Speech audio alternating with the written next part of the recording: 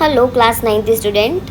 अब हम आपको आपका ज्योग्राफी का 3rd चैप्टर आपको पढ़ाने वाले हैं। हमने आपको इसका 2nd चैप्टर पहले ही ख़त्म कर दिया है।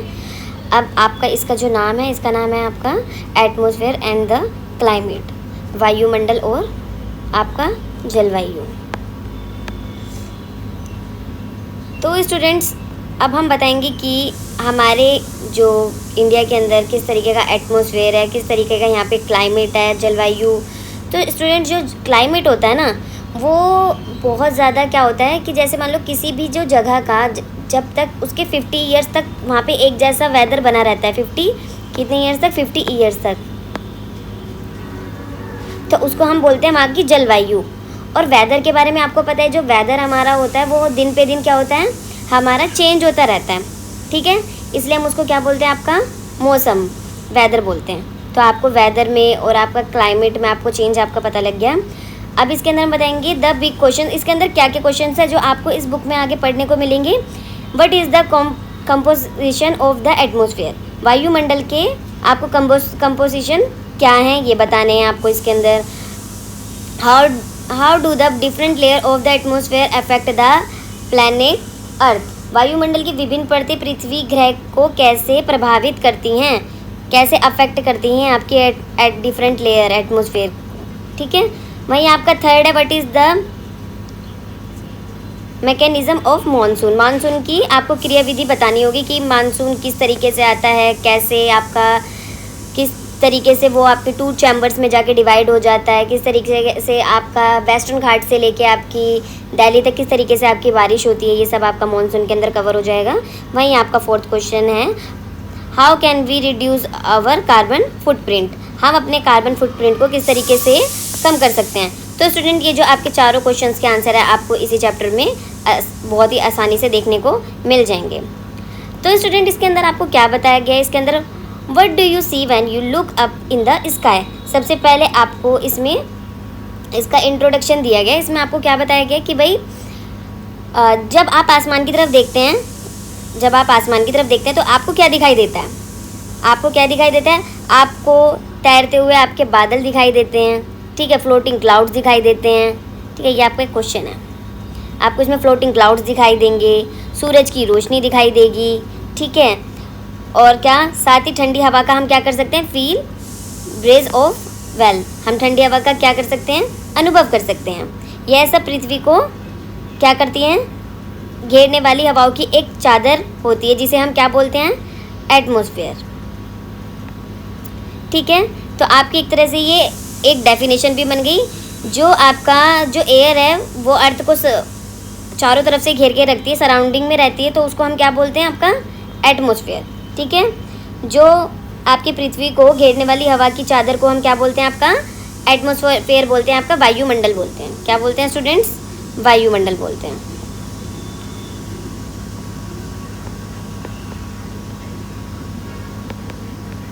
जैसे कि स्टूडेंट आपको पता है कि हमारे एटमॉस्फेयर में बहुत सारी गैसेस हैं, इन्हीं के थ्रू हम आपका जो आपका सांस ले सकते हैं, इसी के थ्रू हमारी बहुत सारी एक्टिविटीज़ होती हैं। ठीक है, अब हमें बताने इसमें it is pull down around the earth by gravity. ये आपका किसके कारण, ये किसके कारण आपके जो पृथ्वी के अराउंड में बनी रहती है, किसके कारण, आपकी ग्रेविटी के कारण, गुरुत्वाकर्षण बल के कारण। ठीक है, अब गुरुत्वाकर्षण बल जो क्या करता है, वायुमंडल में जो जितनी भी आपकी गैसें होती हैं उनको चारों ओर क्या करता है, आपका स्टेबल करके रखता है। ठीक है, जिससे कि क्या होता है, जितनी भी आपकी गैसें हैं वो आपके मनुष्य को और आपके जीव जंतुओं को जीवित रहने के लिए क्या होती हैं, आपकी बहुत ज़्यादा ज़रूरी होती है, बहुत ज़्यादा ज़रूरी होती है। ठीक है स्टूडेंट, आपका पता लग गया, जो ग्रेविटी है वो आपके एटमॉस्फेयर को चारों तरफ से एक आपका सपोर्टिंग सिस्टम बना के रखती है। ठीक है, उसके बाद ही जो ये हमारी गैसें हैं वो जीव जंतुओं को और हमको क्या करती है, जीवित रहने के लिए हमारे लिए क्या होती है, बहुत ज़रूरी होती है। The atmosphere shield as for the harmful radiation coming for the sun including ultraviolet radiation. अब भाई ये हमारी किस तरीके से अब वो करती है, सुरक्षा करती है, एक सुरक्षा कवच के रूप में भी ये हमारे क्या करती है, काम करती है। एटमॉस्फेयर एक शील्ड बना लेती है हमारी, जो कि क्या करती है, जितनी भी सूर्य से आने वाली जो हानिकारक किरणें, हार्मफुल रेडिएशन है, जैसे आपकी पराबैंगनी किरणें हो जाती हैं, आपकी अल्ट्रावायलेट रेडिएशन हो जाता है आपका, उसको उससे क्या करती है, हमें बचाती है। It regulate the earth temperature by tapping some of the sun energy and prevents in it from escaping back into the space. और ये क्या करती है, तापमान को क्या करती है, हमारा आपका नियंत्रण में रखती है, टेम्परेचर को हमारे कंट्रोल में रखती है। ठीक है, जो सूर्य से आने वाली ऊर्जा को क्या करती है, रोककर पृथ्वी के तापमान को क्या करती है, ये नियंत्रित करती है, ये कंट्रोल में करती हैं और इसे वापस अंतरिक्ष में जाने से रोकती है। अब स्टूडेंट, जैसे कि आपका सन है, जो भी आपका सन है वो जितनी भी आपकी हीट देता है, ठीक है, उसमें से आपका कुछ परसेंट ही आपका बाहर जा पाती है और अदर जो हमारी जितनी भी ऊर्जा है वो हमारी पृथ्वी के अंदर ही रहती है, जो कि हमें एक हीट आपका फील करवाती है। ठीक है, अब हम आपका इसमें बताएंगे आपको कि sun energy prevents it from escaping back into the space. या मैंने आपको बताई दिया कि ये आपका क्या करती है, आपके तापमान को नियंत्रित करती है और अंतरिक्ष में उसको एनर्जी को जाने से क्या करती है, रोकती है, जो भी हमारी ऊर्जा है। ठीक है, the atmosphere is a key components of the earth weather and climate system influencing factor such a temperature, humidity and air pressure. अब मौसम और जलवायु को ये किस तरीके से, वायुमंडल में मौसम और जलवायु प्राणियों का एक क्या है, आपका जो आपका वेदर और क्लाइमेट सिस्टम है वो आपका क्या है, बहुत ही ज़्यादा इम्पोर्टेंट कंपोनेंट है आपका। ठीक है, जो आपके टेम्परेचर, आपकी ह्यूमिडिटी, आपका एयर प्रेशर जैसे कारकों को क्या करता है, आपका प्रभावित करता है। तो आपको पता लगी क्या होगा, जो आपका एटमॉस्फेयर है, ठीक है, आपका वायुमंडल है, वो पृथ्वी पे जितनी भी आपकी जलवायु से संबंधित जितनी भी आपकी घटनाएं होती हैं, ठीक है, उसके लिए आपका रिस्पॉन्सिबल है। और सबसे ज़्यादा इसके अंदर क्या फोकस करते हैं, सबसे ज़्यादा इंपॉर्टेंस क्या रखता है, ग्रेविटी, जो इन सब चीज़ों को हमारे चारों तरफ एक स्टेबल रूप से बना के रखता है। ठीक है, अब हम बताएं, अब आपको पता तो लग ही गया ग्रेविटी के बारे में, बट हम फिर भी आपको एक्सप्लेन करेंगे व्हाट इज़ ग्रेविटी। ग्रेविटी क्या होती है। ठीक है, ग्रेविटी जो ऊर्जा वाली वस्तुओं के बीच में क्या करती है, आपका आकर्षण का एक आपका बहुत ही ज़्यादा इम्पोर्टेंट फैक्टर होती है। ठीक है, ये आपकी ग्रेविटी की डेफिनेशन बताई गई है। Gravity is a fundamental physical force. ये आपका जो भौतिक बल होता है ना, ठीक है, एक भौतिक बल के रूप में आपका क्या करती है, काम करती है, जो पृथ्वी का द्रव्यमान अपनी सतह पर या उसके पास मौजूद वस्तुओं पर जो आकर्षण बल लगता है उसे ही पृथ्वी का गुरुत्वाकर्षण बल कहते हैं। ठीक है, जितना भी आपका ऑब्जेक्ट द हैव मास, जितना भी आपका द्रव्यमान लगता है, energy such as the sun and the earth, the focus of attraction that the earth mass on the objects that are on or close to its surface, it referred to as earth gravity। तो आपको पता लग गया आपका गुरुत्वाकर्षण बल, आपकी gravity क्या होता है। जो भी आपका जो सूर्य के और पृथ्वी के जो बीच में जितनी भी आपका ग्रेविटी लगती है, जो कि आपकी एनर्जी लगती है, ठीक है, उसी को ही हम क्या कहते हैं, उसका फिजिकल फोर्स बोलते हैं, आपका भौतिक बल बोलते हैं, जो भी आपका सन के बीच में और आपका किसके, पृथ्वी के बीच में लगता है। ठीक है, इससे क्या होता है, आपके पृथ्वी के द्रव्यमान अपनी सतह पर या उसके आसपास जो भी आपकी वस्तुएं हैं उनको क्या करता है, एक दूसरे की तरफ आपको आकर्षक करता है। ठीक है, वो एक दूसरे मतलब एक तरीके से बैलेंस बना के रखते हैं। ठीक है, जिस कारण ये जो जितनी भी चीज़ें हमारे एटमॉस्फेयर में अवेलेबल हो पाती हैं। तो स्टूडेंट, अब हम आपको बताएंगे components and the structure of the atmosphere. वायुमंडल के आपके संगठन और आपकी संरचना के बारे में अब हम आपको बताएंगे कि क्या क्या कंपोनेंट्स होते हैं, किस तरीके का यहाँ पे आपका स्ट्रक्चर होता है। अब हम बताएंगे आपके सबसे पहले वायुमंडल के संगठन। ठीक है, तो अब हम इसमें बताने वाले, the earth atmosphere is composed of mixture of various gases. आपको पता है कि जो आपका जो वायुमंडल है वो बहुत सारी गैसों का मिक्सचर है, बहुत सारी गैसों से बना हुआ है। Nitrogen and oxygen are the two primary and the most abundant gases that are the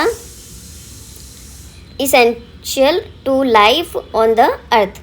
जो आपकी नाइट्रोजन और ऑक्सीजन है वो आपकी दो प्रमुख गैसें हैं जो सबसे प्रचुर मात्रा में पाई जाती हैं और पृथ्वी पर किसके लिए, आपकी लाइफ के लिए बहुत ज़्यादा ज़रूरी हैं। कौन कौन सी दो गैसें आपकी, नाइट्रोजन और ऑक्सीजन।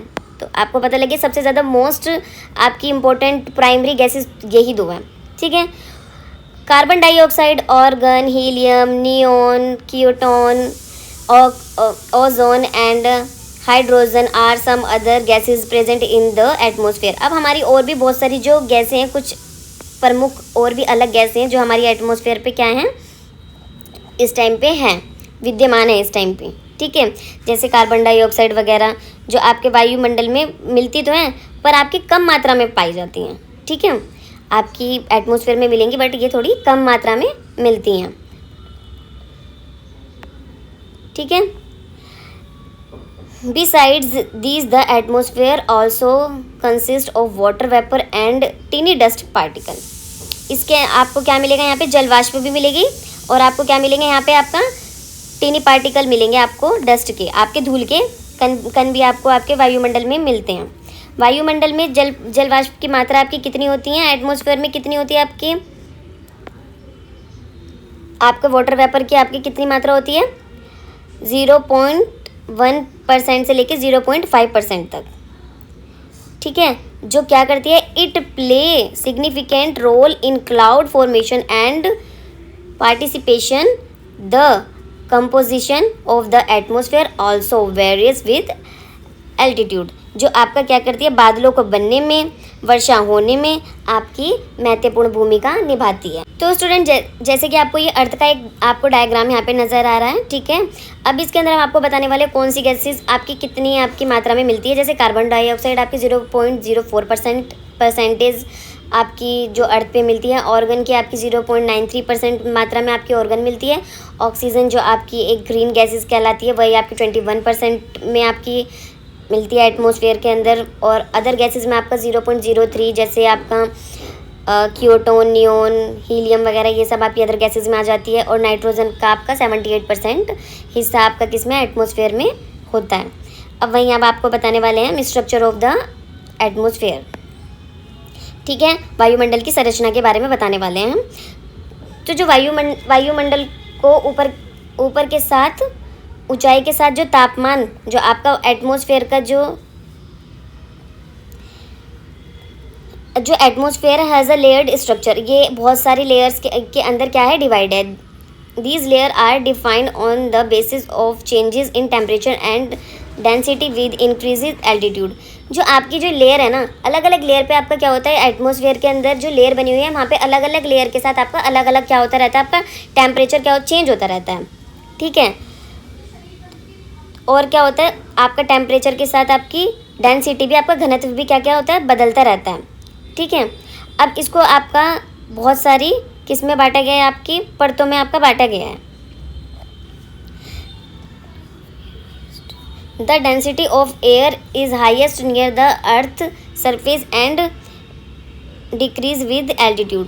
जो आपका जो अर्थ सरफेस के पास इसका घनत्व आपका सबसे ज़्यादा मिलेगा, वहीं आपका इसका जो इसका डेंसिटी होगी वो आपकी एल्टीट्यूड पे क्या हो जाएगी, आपकी डिक्रीज हो जाएगी। तो स्टूडेंट अब हम आपको बताने वाले हैं आपके एटमॉस्फेयर की ऊंचाई के साथ साथ किस तरीके से आपका टेम्परेचर चेंज होता है। ये आपका ये एक डायग्राम दिया गया है, ठीक है। इसके अंदर हम आपको बताएंगे सबसे पहला आपकी जो ऊंचाई है, एल्टीट्यूड। आपको एल्टीट्यूड क्या होता है, सबसे पहले हम आपको बताएंगे एल्टीट्यूड क्या है। एल्टीट्यूड आपकी क्या होता है आपका ऊंचाई होती है। क्या होती है आपकी एल्टीट्यूड, ऊंचाई। समुद्र तल से किसी स्थान की ऊंचाई को क्या बोलते हैं, हम एल्टीट्यूड बोलते हैं, ठीक है। The height of the location above mean sea level is called altitude, ठीक है। जो समुद्र तल से आपकी किसी भी स्थान की ऊंचाई को हम एल्टीट्यूड बोलते हैं। इसे आमतौर पर किससे नापा जाता है, आपका मीटर या फीट में आपका इसको हमेशा नापा जाता है, ठीक है। औसत समुद्र तल को हम क्या मानते हैं, आपका सी लेवल को हम आपका क्या कंसीडर करते हैं, हमेशा 0 कंसीडर करते हैं। तो अब आपको पता लग गया। अब आप किसी भी तरीके की, जैसे कि आप कितने सारे रेलवे स्टेशंस वगैरह पे जाके देखते हो तो वहाँ पे आपका एक येलो कलर का बोर्ड लगा होता है जिसके अंदर लिखा होता है कि समुद्र तल से ऊंचाई। तो वहाँ पे आप इस चीज़ को फोकस कर सकते हो।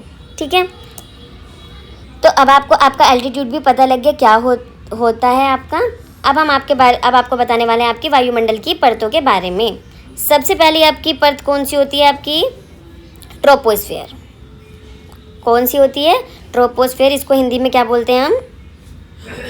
शोभ मंडल।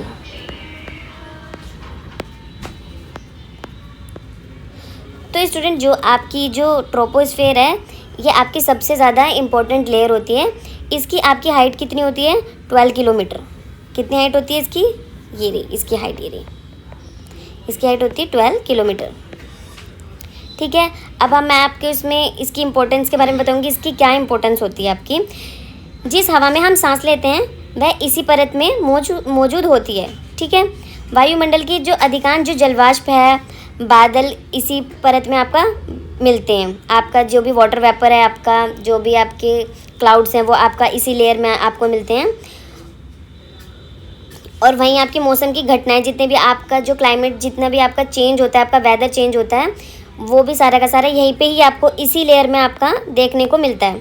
यहीं पे ही आपकी बारिश होती है, यहीं पे ही आपका कोहरा पड़ता है, यहीं पे ही आपका हेल स्टोन होते हैं। तो ये सब आपका यहीं पे ही होता है। क्या क्या होता है यहाँ पे आपका? जैसे कि आपका रेनफॉल हो गया, ठीक है, आपका रेनफॉल हो गया, फॉग हो गया, ठीक है, हेल स्टोन हो गया आपका। ये सब आपके यहीं पे ही होते हैं। जितनी भी मौसम संबंधी आपकी घटनाएं होती है वेदर से रिलेटेड, वो सब आपकी इसी लेयर में होती हैं। ठीक है, इस परत में ऊंचाई बढ़ने के साथ साथ तापमान क्या होता है? यहाँ पे टेम्परेचर आपका घटता है। इस परत में जैसे कि आपकी ऊंचाई बढ़ेगी तो टेम्परेचर क्या होगा आपका? क्या होगा? घटेगा टेम्परेचर। ऐसे ही आपका अलग अलग लेयर में आपको दिखाई देगा, कहीं आपका टेम्परेचर एकदम बढ़ेगा और कहीं आपका टेम्परेचर एकदम घटेगा। तो सबसे पहले हम आपका ट्रोपोस्फेयर के बारे में बता रहे थे, जो कि आपका शोभ मंडल कही जाती है।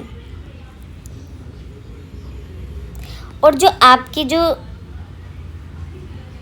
ये जो ट्रोपोपोज है, शोभ सीमा, शोभ मंडल और आपका स्ट्रेटोस्फेयर समताप मंडल के बीच क्या करती है?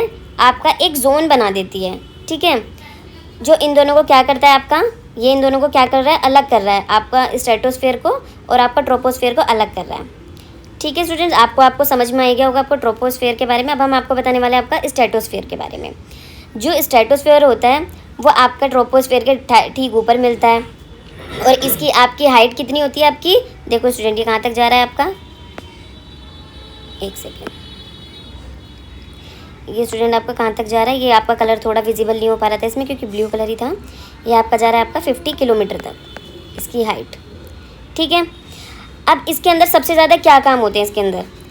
यहाँ पे आपका वेदर, किसी भी तरीके का आपका मौसम संबंधी घटनाएं यहाँ पे नहीं होती हैं। तो यहाँ पे सबसे ज़्यादा ज़रूरी क्या चीज़ हो जाती है? जितने भी हमारे एरोप्लेन जो चलते हैं, ठीक है, वो सारे हमारे बादलों से ऊपर चलते हैं। तो सबसे ज़्यादा जो हमारे एरोप्लेन जहाँ चलेंगे वो कहाँ चलेंगे? आपके स्ट्रेटोस्फेयर के अंदर चलेंगे। ठीक है, क्योंकि यहाँ पे किसी भी तरीके की मौसम संबंधी घटनाएं नहीं होती, एरोप्लेन चलाने में किस तरह की कोई दिक्कत नहीं होती।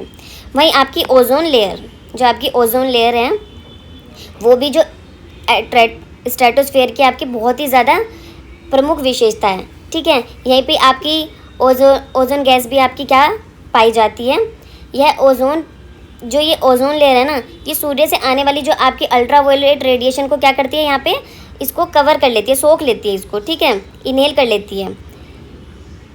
वहीं आपका जो समताप मंडल है, जो आपका स्ट्रेटोस्फेयर है आपका, के सबसे ऊपर जो ऊपरी हिस्सा होता है उसको हम क्या बोलते हैं? आपका स्ट्रेटोपोज, आपका समतापी सीमा कहते हैं, जो इसे आपका किससे अलग करती है?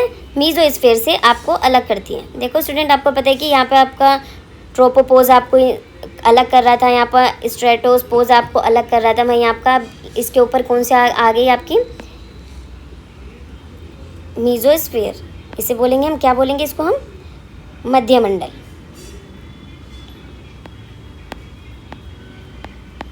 ठीक है स्टूडेंट, तो हिंदी वाले बच्चों को भी थोड़ा सा देखने में इजी रहता है,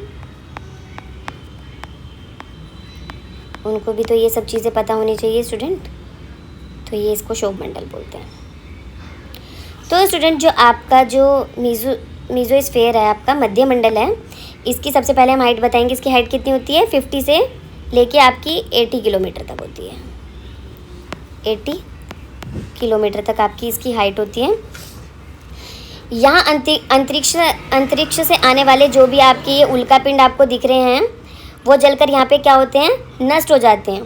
ठीक है, यहाँ पे आके यहाँ पे आके मीजोस्फीयर में आपके ये नष्ट हो जाते हैं, क्योंकि दिस लाइन रिप्रेजेंट, जो ये लाइन है वो रिप्रेजेंट करती है टेम्परेचर इंक्रीज एल्टीट्यूड। यहाँ पे आके आपका टेम्परेचर क्या हो जाता है? आपका टेम्परेचर आपका यहाँ पे आके बढ़ जाता है।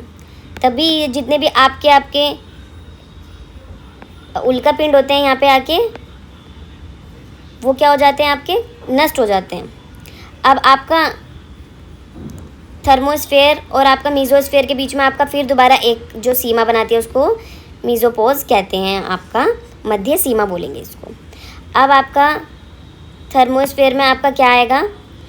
इसको बोलेंगे हम आपका तापमंडल बोलते हैं इसको। क्या बोलेंगे हम? तापमंडल। ठीक है, अब इसकी ऊंचाई के साथ जो आपका जो टेम्परेचर है ना वो क्या होता है? बहुत तेज़ी से बढ़ता है। तो अब आप देख रहे हो ना, ये देखो टेम्परेचर कितनी तेज़ी से बढ़ रहा है यहाँ पे। ठीक है, तेज़ी से बढ़ता है। इसी परत पे आपका जितने भी ऑरोरा आपके जो होते हैं, ठीक है, और आपकी जितने भी सैटेलाइट होती हैं वो आपकी क्या होती है? यहीं पे ही सबसे ज़्यादा स्थित की जाती हैं। ठीक है, ये सब आपका यहीं पे ही मिलते हैं। अब लास्ट में इसका आ गया, लास्ट में एक्सोस्फीयर। ठीक है, बहिर्मंडल, इसको हम बोलेंगे बहिर्मंडल। वायुमंडल की सबसे आपकी आउटर लेयर आपकी यही है, सबसे भारी परत यही है, जो अंतरिक्ष में जाकर क्या हो जाती है? आपकी कहीं विलीन हो जाती है। इसी के बाद हम इसको क्या बोलते हैं? आपका अंतरिक्ष बोल सकते हैं। तो स्टूडेंट, आपको इन सब चीज़ इनकी आपको पहले हाइट के बारे में, देखो यहाँ हाइट दी गई है, हाइट के बारे में पता लग गया, टेम्परेचर के बारे में पता लग गया, कहाँ पर आपकी कौन सी एक्टिविटी होती है, किस जगह पे आपके एरोप्लेन वगैरह चलाए जाते हैं, ये सब चीज़ें आपकी यहाँ पर कवर हो गई हैं। ठीक है, और यही सब चीज़ें आपकी देखो ट्रोपोस्फेयर, यही सब चीज़ें आपकी नीचे भी आपकी बताई गई हैं। जैसे इसकी हाइट 12 किलोमीटर तक होती है। यहाँ पे टेम्परेचर डिक्रीज़ हो जाता है और इंक्रीज़ होता रहता है। यहाँ पे आपको पता है कि आपके यहाँ पे टेम्परेचर ऊपर नीचे होता रहता है जहाँ पे आप इस टाइम पे रह रहे हो, सर्वाइव कर रहे हो। ठीक है, यहाँ पे वेपर्स बनते हैं, आपके क्लाउड्स बनते हैं। ठीक है, तो रेनफॉल होता है आपका, यहाँ पे फॉग बनता है। इस बहुत सारी एक्टिविटी होती है आपके ट्रोपोस्फेयर के अंदर। ठीक है, अब वही आपका जो ट्रोपोस्फेयर और स्ट्रेटोस्फेयर के बीच में जो आपका जोन होता है उसको ट्रोपोपोज कहते हैं। वहीं आपका स्ट्रेटोस्फेयर आगे जो मैंने आपको ऊपर बताया गया था, above the troposphere lies the आपका स्ट्रेटोस्फेयर। ठीक है, इसकी आपका हाइट बता दी है 50 किलोमीटर है। ठीक है, अब इसके अंदर आपका फ्लाई करते हैं आपके एरोप्लेन को, क्योंकि यहाँ पे क्या ये एरिया क्या होता है? फ्री होता है क्लाउड से, अदर वेदर डिस्टर्बेंस से आपका फ्री होता है। ठीक है, और इसके अंदर आपका क्या मिलती है? लेयर ऑफ ओजोन गैस की आपकी यहाँ पे लेयर मिलती है, जो कि आपका क्या करती है? Filtering the sun harmful radiation को, जो भी सूर्य से आने वाली हार्मफुल जो रेडिएशन है उनको फिल्टर करती है, इंक्लूडिंग अल्ट्रावायलेट रेडिएशन। इसमें अल्ट्रावायलेट रेडिएशन को भी इंक्लूड किया गया है। ठीक है, अब इसके बीच में जो आपका मीजोस्फेयर और स्ट्रेटोस्फेयर के बीच में आपका जो बाउंड्री बनाती है उसको स्ट्रेटोपोज बोलते हैं। ठीक है स्टूडेंट, वहीं आपका आ गया मीजोस्फेयर। ठीक है, मध्य मंडल आ गया आपका, जिसकी आपका जो आपकी क्या बोलती है? स्ट्रेटोस्फेयर के ऊपर जो आपकी थर्ड लेयर है आपकी एटमॉस्फेयर की। ठीक है, मीजोस्फेयर की हाइट कितनी है आपकी? 80 किलोमीटर तक है। और यहाँ पे टेम्परेचर क्या होता है? Decrease with increase altitude. यहाँ पे भी डिक्रीज़ और इंक्रीज़ होता रहता है आपका टेम्परेचर। और यहाँ पे क्या होता है? जितने भी आपके उल्कापिंड आते हैं वो आगे स्पेस से जितने भी आते हैं वो आके यहाँ पे आपके बर्न हो जाते हैं, ख़त्म हो जाते हैं। वहीं आपका फोर्थ है आपका थर्मोस्फेयर आपका। ठीक है, इसके अंदर बताया गया है कि जो टेम्परेचर राइज होता है वो बहुत जल्दी होता है। ठीक है, बहुत जल्दी बढ़ता है। ठीक है, और इसके अंदर आपकी एक्स रेज होती है, short wave ultraviolet radiation of the sun का यहाँ पे बहुत ज़्यादा देखने को मिलता है। थर्मोस्फेयर एक्सटेंड फॉर द 80 से 700 किलोमीटर तक आपका एग्जिस्ट करता है ये। ठीक है, also help with radiation transmission by inflecting radio wave transmitting for the earth back to world. तो इसके अंदर जितनी भी आपकी रेडिएशन आती है उसको क्या करता है? ये अर्थ तक मतलब नहीं पहुंचने देता ये। और जो आयनोस्फेयर है ना वो आपका थर्मोस्फेयर का ही एक पार्ट होता है।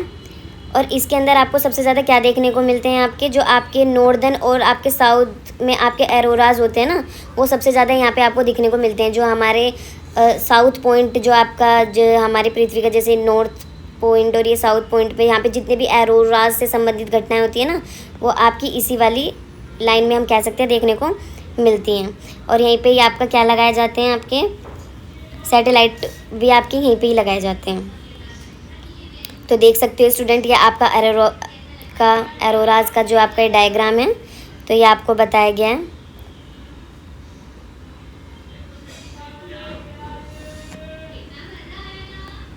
अब आपका है एक्सोस्फेयर।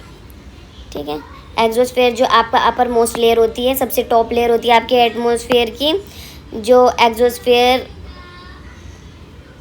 यहाँ पे बहुत ही ज़्यादा कम एयर मिलती है, ठीक है, और लाइट गैसें मिलती हैं जैसे हीलियम, हाइड्रोजन। यहाँ पे बहुत कम मात्रा में आपकी गैसें मिलते हैं यहाँ पे स्पेस के अंदर। ये जो आपकी जो दो गैसेज है ना, हीलियम और हाइड्रोजन, ये आपकी बहुत कम मात्रा में मिलती हैं, बट कहाँ मिलती हैं, आपकी स्पेस के अंदर मिलती हैं। ठीक है, जो वीक करती हैं किसको, ग्रेविटी को। All of these layer play a vital role in the earth atmosphere process and also affect the weather and climate. और ये जो आपकी जो दो आपकी गैसेस हैं, ये आपका अर्थ में बहुत ज़्यादा रोल प्ले करती हैं, अफेक्ट करती हैं वेदर और क्लाइमेट को। तो स्टूडेंट, आपने ये सब चीज़ें बहुत अच्छे से कवर कर ली हैं। और यहाँ पे मैंने आपको इसके सारे यहाँ पे आपको इन सब चीज़ों के बारे में अच्छे से बताया भी है। ये रहा वो सब चीज़ें आपकी। तो स्टूडेंट, नेक्स्ट आपको बताया गया वेदर और क्लाइमेट के बारे में, मौसम और जलवायु के बारे में। मैंने ऊपर भी आपको ये सब चीज़ें एक्सप्लेन की थी, बट फिर अब हम आपका ये जो टॉपिक है आ गया, अब हम आपको इसे अच्छे से क्लियर करेंगे। It is going to rain today, will it be bright and sunny today. तो जैसे कि आपका आज आपकी रेन हो रही है, आपकी बारिश हो रही है, कहीं आपका सन निकल रहा है, आपका धूप हो रही है। ठीक है, ये सब चीज़ें आपके कभी दिमाग में ऐसा क्वेश्चन नहीं आता कि ऐसा क्यों होता है। ठीक है, कभी बारिश होना, कभी बहुत तेज़ धूप निकलना, कभी आंधी आना, कभी एकदम से ठंडी हो जाना, ये सब चीज़ें कभी आपको एकदम माइंड में नहीं आती ये सब चीज़ें क्यों होती हैं। तो आज हम क्या करेंगे, इसका हम आपको बताएंगे कि ये किस तरीके से होता है। तो स्टूडेंट, पहले आपका है वेदर। जो आपका वेदर है, आपका मौसम है, वो किसी स्थान के वायुमंडल की घंटे घंटे या दिन प्रतिदिन बदलने वाली स्थिति को हम क्या बोलते हैं, मौसम कहते हैं। ठीक है, जो आपकी hour to hour, day to day condition जो आपके एटमॉस्फेयर की आपकी बदलती रहती है, उसको हम क्या बोलते हैं, आपका मौसम बोलते हैं। जैसे आज बारिश होना, धूप निकलना, ठीक है, ठंडी हवाएं चलना, तेज़ हवा चलना, तो वहाँ वो उसका क्या कहलाएगा, आपका वेदर कहलाएगा, वहाँ का मौसम कहलाएगा। हॉट और ह्यूमिड वेदर में make one irritable, will pleasant of breezy weather में मेक वन चेयरफुल। ठीक है, तो आपका इसमें बताया कि आपका जो आपकी ठंडी हवाएं चलना, ठीक है, मौसम बहुत जल्दी इसके अंदर क्या होता है, आपका बदलता रहता है आपका। ठीक है, weather can vary significantly for day to day. आपका इसके अंदर क्या होता रहता है, आपका चेंज बदलने लगता है आपका मौसम। यह कुछ घंटों या दिनों के लिए होता है। किसके लिए होता है ये आपका बहुत ज़्यादा, मतलब कि बहुत ज़्यादा लॉन्ग टाइम पीरियड नहीं होता, ये कुछ घंटों के लिए या आपका कुछ दिन के लिए होती हैं ये सब चीज़ें। तो आपको समझ में आ गया, जो आपकी घंटे या दिन प्रतिदिन की घटनाएं होती हैं, जो आपकी घंटे या दिन प्रतिदिन की घटनाएं होती हैं,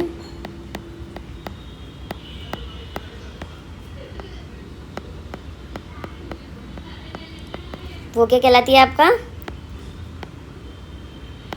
वेदर। वही अब हम आपका बताएंगे आपका क्लाइमेट के बारे में। क्लाइमेट मतलब जलवायु। किसी स्थान के मौसम का लगभग 30 वर्ष या उससे अधिक समय का औसत आपका क्या कहलाता है, आपका जलवायु कहलाता है। ठीक है, जो average weather condition to place over longer period of time refer to climate. Of the place, जब लंबे समय तक, जैसे बहुत लंबे समय तक किसी स्थान पर आपकी गर्मी बन रही है, तो हम उसको डिक्लेयर कर देंगे कि भाई हाँ, ये आपका यहाँ का क्या है, आपका जलवायु यहाँ की गर्म है। ठीक है, तो यहाँ पे जैसे 30 साल या उससे अधिक, ऊपर मैंने आपको 50 ईयर्स बताया था, बट 30 ईयर या उससे अधिक का समय भी आपका क्या कहलाता है, आपका औसत आपकी वहाँ की जलवायु कहलाती है उस जगह की।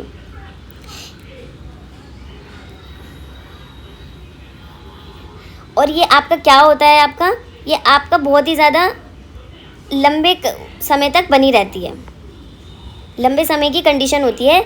इसमें आपका जो टेम्परेचर होता है, आर्द्रता होती है, हवा आदि का औसत इसके अंदर क्या होता है, शामिल होता है इसके अंदर।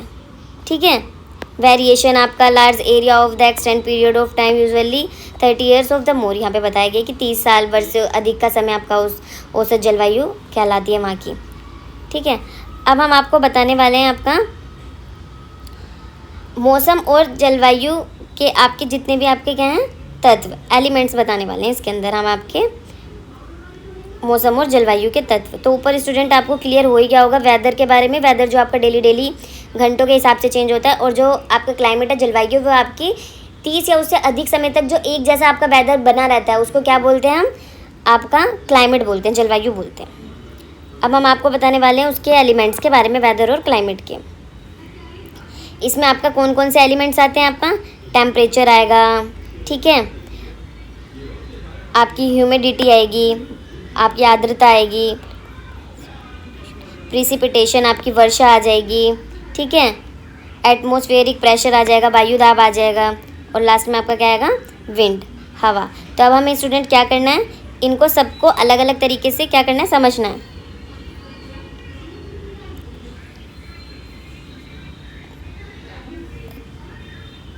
तो स्टूडेंट जो भी आपकी इसके जो मौसम और जलवायु को आपके प्रभावित करने वाले कार्य, जो ये क्या होते हैं, समय समय पर परिवर्तित होते रहते हैं।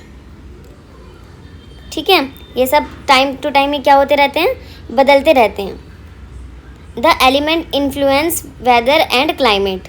ठीक है, the major elements of atmosphere, कौन कौन से मेजर एलिमेंट्स होते हैं एटमॉस्फेयर के लिए, जो इम्पैक्ट करते हैं ह्यूमन की लाइफ को और किसको, ऑन द अर्थ टेम्परेचर को, और आपके जो अर्थ के टेम्परेचर को आपका किस तरीके से इम्पैक्ट डालते हैं। ठीक है, ये सब मैंने आपको बता ही दिया। आपका आर्द्रता हो गया, आपकी वर्षा हो गई, आपकी हवा हो गई, आपका एटमॉस्फेरिक प्रेशर होगा, आपका ये सब आपके क्या करते हैं, आपका एलिमेंट्स को चेंज करते हैं अंडर कंडीशन। ठीक है, समय समय पर इनके क्या होता रहता है, परिवर्तित होते रहती हैं ये सब चीज़ें। तो अब हम आपका फर्स्ट पढ़ने वाले हैं इसका टेम्परेचर। जो आपका टेम्परेचर है, वायुमंडल की गर्मी या ठंडक की मात्रा को आपको क्या क्या बोलेंगे, आपको तापमान बोलते हैं। तापमान किसको बोलते हैं, जो आपका एटमॉस्फेयर के अंदर जो आपकी गर्मी या ठंडक की मात्रा को हम क्या बोलेंगे, आपका टेम्परेचर। जैसे कि अब गर्मी चल रही है तो हमारा एटमॉस्फेयर का टेम्परेचर कितना हो रहा है, 42 degree Celsius. Okay student, 42 degree Celsius हो रहा है हमारा समर सीज़न में। वहीं आपका विंटर सीजन में आपका टेम्परेचर कितना पहुंच जाता है, आपका 8 डिग्री सेल्सियस। तो स्टूडेंट पहले आ जाता है आपका टेम्परेचर, तो मैंने आपको ये बताया, क्लियर कर दिया, जैसे कि आपका समर सीजन में और विंटर सीजन में आपका टेम्परेचर क्या होता है। ठीक है, the temperature of the atmosphere varies not only between day and night but also across season. जो आपका तापमान दिन और रात में बदलता है, वो आपको पता है, आपका डे और नाइट में टेम्परेचर आपका बदलता है, बट वो क्या करता है, वो आपका ऋतुओं के अनुसार भी बदलता है, आपका सीज़न के अकॉर्डिंग भी आपका टेम्परेचर बदलता है। जैसे कि समर के अंदर आपका जो टेम्परेचर होता है वो ज़्यादा होता है, ठीक है, ज़्यादा होता है अकॉर्डिंग टू आपके विंटर के।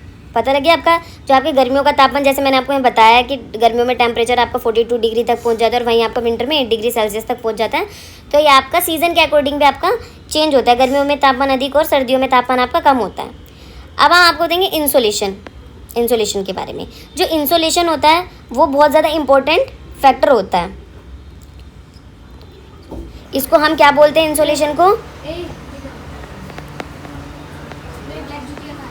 इनकमिंग सोलर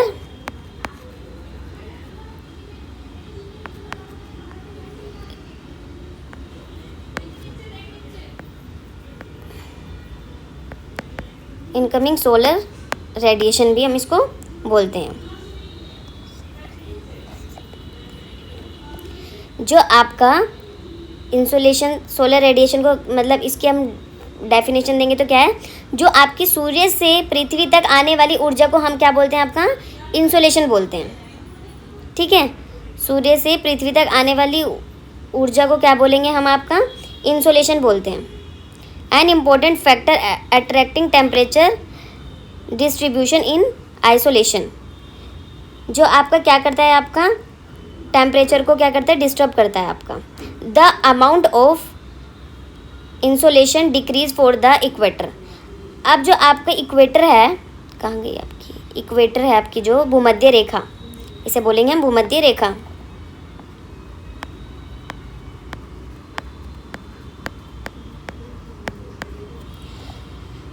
जो भूमध्य रेखा पर सूर्य की किरणें आपका पता है सीधे पड़ती हैं।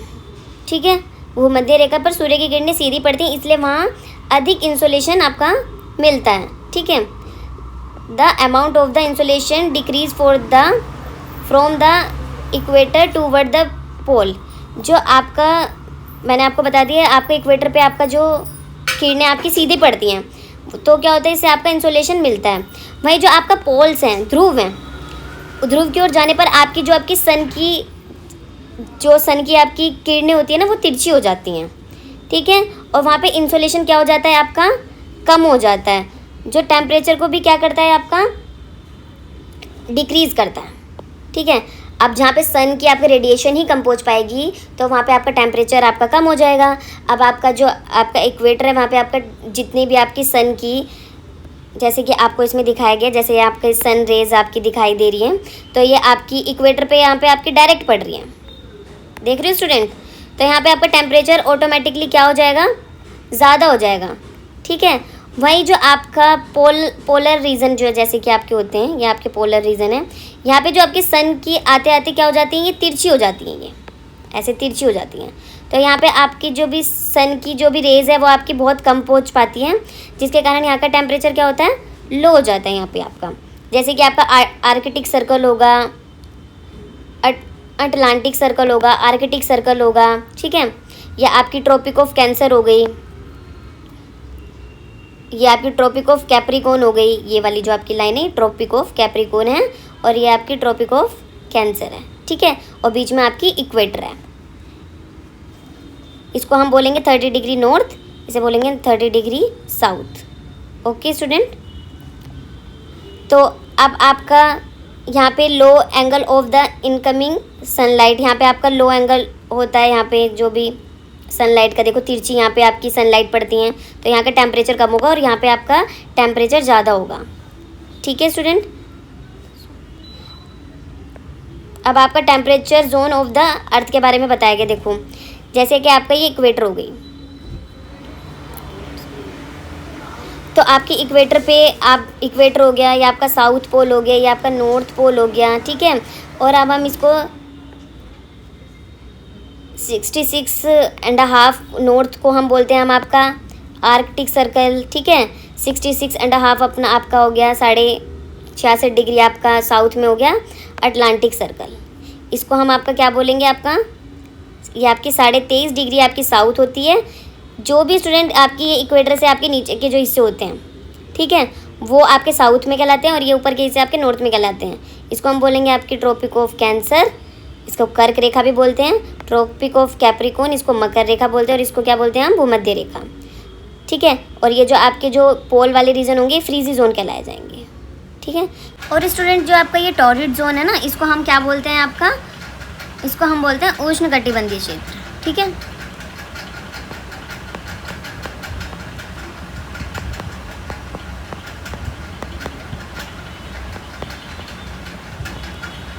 उष्णकटिबंधीय क्षेत्र बोलते हैं। जो यहाँ पे जो आपकी जो सूर्य की किरणें होती है ना, यहाँ पे आपका वो यहाँ पे सीधी पड़ती हैं, और ये जो आपका एरिया होता है ना, ये वाला, ये आपका सबसे क्या होता है, गर्म होता है। ठीक है, तो ये आपका टॉरिड जोन भी आपका क्लियर हो गया। वही आपका जो अब हम आपको पढ़ाने वाले हैं ह्यूमिडिटी के बारे में, आर्द्रता के बारे में, वायु में उपस्थित।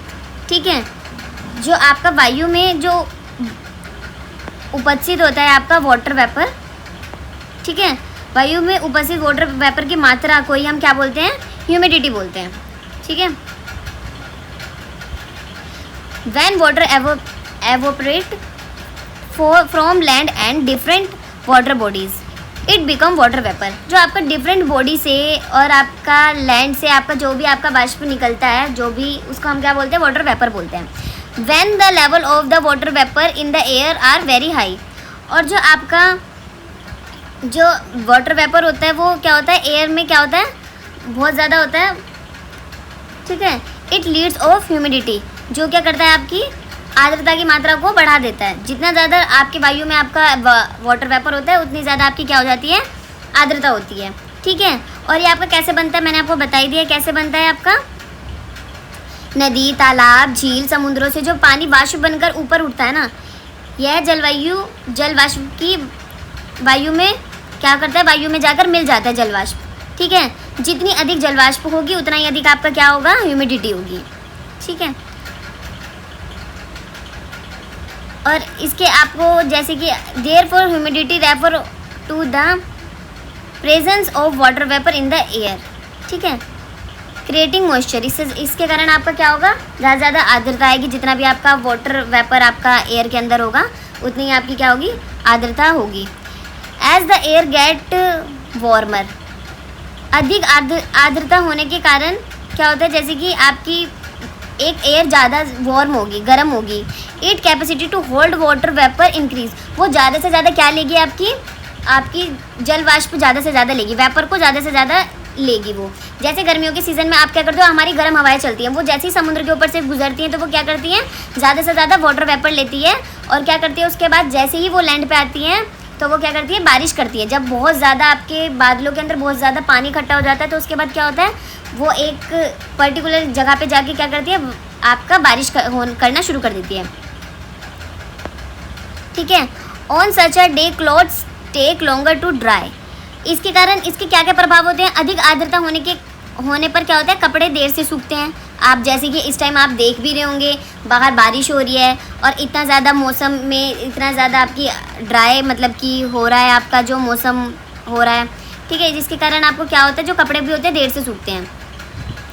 और जो आपको स्वेट होता है, इवेपोरेट मोर स्लोली, जो आपका जो पसीना होता है वो जल्दी नहीं सूखता, ठीक है। और क्या होता है, मौसम में आपकी क्या होती है, वेरी अनकम्फर्टेबल हो जाता है, बहुत ही ज़्यादा क्या हो जाता है, चिपचिपा और बहुत अनकम्फर्टेबल हो जाता है। आप इसको अपने आज के टाइम से, आज के मौसम से रिलेट कर सकते हो स्टूडेंट्स। प्रेसिपिटेशन, अब आपका आ गया वर्षण, क्या आ गया, अब हम इसकी डेफिनेशन बताएंगे। सबसे पहले स्टूडेंट आपको, जो आपका प्रेसिपिटेशन क्या होता है, जब वायुमंडल में उपस्थित, जब आपका एटमॉस्फेयर में जो उपस्थित आपका जो जल वाष्प होता है, वाटर वेपर होता है, वो संघनित होकर पृथ्वी पर गिरती है, ठीक है, उसे बोलते हैं हम आपका प्रेसिपिटेशन, ठीक है। उसको हम क्या बोलते हैं, जो आपका पृथ्वी पर गिरती है, किस कारण गिरता है, वो ग्रेविटी के कारण, ठीक है। जो आपकी वायुमंडल में उपस्थित जितना भी आपका जल वाष्प है वो आपका जो भी इकट्ठा होकर पृथ्वी पर गिरता है उसको हम क्या बोलते हैं, आपका वर्षण कहते हैं, ठीक है। और ये आपका किस किस फॉर्म में हो सकता है, आपका ये आपका ड्रीजिंग, आपका जैसे बौछारों की फॉर्म में, बूंदाबांदी की फॉर्म में हो सकता है, रेन के फॉर्म में हो सकता है, वर्षा के, स्नो के फॉर्म में हो सकता है आपका, ठीक है, स्लिट के फॉर्म में हो सकता है, हेल स्टोन के फॉर्म में हो सकता है। तो आपका ये बहुत सारे फॉर्म में आपका गिर सकता है, ठीक है। आपकी बारिश भी हो सकती है, आपकी बौछारें पड़ सकती हैं, कहीं आपकी स्नो पड़ती है, ठीक है। ये बहुत सारे तरीक़ों से होता है। The main factor the affect precipitation include prevailing winds, जो आपका जो वर्षण को प्रभावित करने वाला सबसे ज़्यादा इंपॉर्टेंट फैक्टर कौन सा होगा, आपकी विंड, हवाएं होंगी, माउंटेन्स होंगे, और आपका सबसे ज़्यादा क्या होगा, सीज़न, ऋतुएं आपकी बहुत ज़्यादा क्या होती है, इसमें बहुत ज़्यादा प्रभावित कारक होती हैं इनका, ठीक है।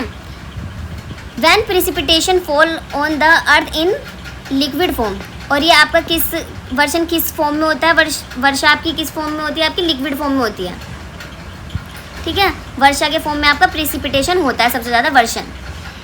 इट कॉल्ड रेन, जिसको हम क्या बोलते हैं, आपकी वर्षा बोलते हैं। Rain is the most common 4 of precipitation.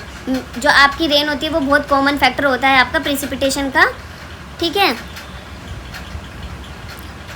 जो आपका क्या करता है, lower the temperature of a place, जो आपके तापमान को कम कर देता है। जैसे अब 2 दिन पहले तक आपका दिल्ली का टेम्परेचर कितना ज़्यादा था और अब आपका दिल्ली का टेम्परेचर क्या हो गया, कम हो गया है, ठीक है। ये आपका टेम्परेचर को भी कम करती है। यदि आपका लंबे समय तक वर्षा ना हो तो वहाँ पे आपका क्या पड़ जाता है, ड्राई क्लाइमेट हो जाता है, अगर वहाँ पे रेन अब्सेंट हो तो, ठीक है। और जो वर्षा जल का क्या हो जाता है, most of the ground water is collected for rain water. जो आपका ग्राउंड वाटर होता है ना, वो कहाँ से कलेक्ट करते हैं हम, जितना भी हमारा वर्षा का जल होता है वहीं से ही हम आपका जो भूमि के नीचे जो जल होता है ना, भूमिगत जल होता है, ठीक है, उसको हम उसी से ही आपका भर पाते हैं। तो स्टूडेंट आपको समझ में आया होगा कि हमारा किस तरीके से आपका जो वर्षन होता है वो किस तरीके से आपका ज़रूरी हो जाता है। अब हम आपका बताने वाले हैं एटमॉस्फेरिक प्रेशर के बारे में, वायुमंडलीय दाब के बारे में। जो आपका स्टूडेंट पृथ्वी की सतह पर वायु के भार द्वारा डाला गया दबाव ही आपका क्या कहलाता है, आपका एटमॉस्फेरिक प्रेशर कहलाता है। The pressure extract by the weight of the air on the earth surface is called air pressure, ठीक है। पृथ्वी की सतह पर आपका जो वायु का भार होता है वही आपका क्या कहलाता है, आपका एटमॉस्फेरिक प्रेशर कहलाता है। क्या कहलाता है, आपका वायु दाब कहलाता है। अब इसमें जैसे जैसे हम वायुमंडल में ऊपर जाते हैं, ठीक है, as we go higher in the atmosphere pressure fall rapidly. जैसे जैसे हम ऊपर जाते हैं वायुमंडल में वैसे वैसे क्या होता है, दबाव तेज़ी से आपका क्या होता है, गिरता है, ठीक है। It is highly at sea level and decrease with latitude. ये सबसे ज़्यादा हाई आपका कहाँ पे मिलता है, आपका सी लेवल पे मिलता है, और आपका सबसे ज़्यादा आपका एल्टीट्यूड पे आपका मिलता है, ठीक है। तो आपको पता लग गया आपका सबसे ज़्यादा आपको सी लेवल पे और सबसे कम आपका कहाँ मिलता है, आपका एल्टीट्यूड पे आपका मिलेगा। अब आपका जो हॉरिजॉन्टली, जो आपका जो क्षैतिज रूप से वायु दाब का वितरण किसी दिए गए एक स्थान पर, ठीक है, जो आपका वायु दाब का वितरण होता है ना, वो जैसे किसी दिए गए एक स्थान पर वायु के तापमान से प्रभावित होता है, ठीक है। उस तापमान वाले क्षेत्रों में हवा गर्म होकर ऊपर उठती है, ठीक है। जो आपका प्रेशर होता है ना, वो क्या करता है, air temperature given place in areas with high temperature, ठीक है। वहाँ पे क्या होता है, जो हवाएं होती हैं वो क्या करती हैं, राइज होती हैं और ऊपर उठती हैं। This create also low pressure area. जब आपकी जैसे यहाँ पे आपकी हवाएं चल रही हैं, यहाँ पे आपकी गर्म हवाएं चल रही हैं, यहाँ पे आपकी गर्म हवाएं चल रही हैं ये, ठीक है। तो वो गर्म हवाएं क्या होती हैं, आपकी जल्दी ऊपर उठती है। आप इसका एक एग्जांपल दे सकते हो, जैसे कि आप एक बाउल में आप पानी लोगे, ठीक है, और जो आपकी गर्म वहाँ पे हवा वेपर बनेगा वो आपका ऊपर उठता है, ठीक है। तो आप ऊपर उठेगा तो वहाँ पे जो एरिया बन जाएगा वो आपका कौन सा बन जाएगा, लो प्रेशर एरिया बन जाएगा, ठीक है। Low pressure area is associated with cloud seeking and wet weather. वो आपका क्या करेगा, जो लो प्रेशर एरिया होगा वो आपका जो बादल होंगे ना उसको क्या करेगा, मतलब ज़्यादा से ज़्यादा आपका बादल बनाएगा, ठीक है। क्लाउड सीकिंग करेगा वहाँ पे, और वहाँ का जो टेम्परेचर वो जो वेदर होगा वो वेट होगा, ठीक है। It areas with lower temperature, और जो उस एरिया का टेम्परेचर क्या हो जाएगा, लो हो जाएगा, और हवा क्या हो जाएगी, ठंडी हो जाएगी। जैसे कि अब मॉनसून जैसे सीज़न आ रहा है और दिल्ली के अंदर देख रही हो बहुत 2 दिन पहले जैसे कि बहुत ज़्यादा गर्मी, अभी मैंने आपको पीछे भी इसका एग्जांपल दिया था, तो वहाँ पे गर्म हवाएं थी, वो क्या हुआ, ऊपर उठने लगी, तो वहाँ पे क्या हो गया, एक लो प्रेशर एरिया हुआ, और वहीं से आपका जितना भी आपकी मॉइस्चर आपकी ली हुई आपकी एयर थी, ठीक है, वहाँ पे बादल बनने शुरू हुए, वहाँ पे बारिश शुरू हुई, और वहाँ पे क्या हुआ, जो वहाँ की जो एयर थी वो ठंडी होने लगी, ठीक है। टेम्परेचर क्या हो गया वहाँ का लो। जैसे आज हम देख रहे हैं दिल्ली का टेम्परेचर कम हो गया है, ठीक है, और हवाएं ठंडी हो गई है। It is therefore heavy and sinks creating a high pressure area, ठीक है। जो आपका क्या करती है, जब हाई प्रेशर जो आपका जो एरिया होता है, अभी तो हमने आपका लो प्रेशर एरिया के बारे में पढ़ा था, अब जो हाई प्रेशर एरिया होता है वो आपका जैसे ठंड के टाइम पे बनता है, ठीक है।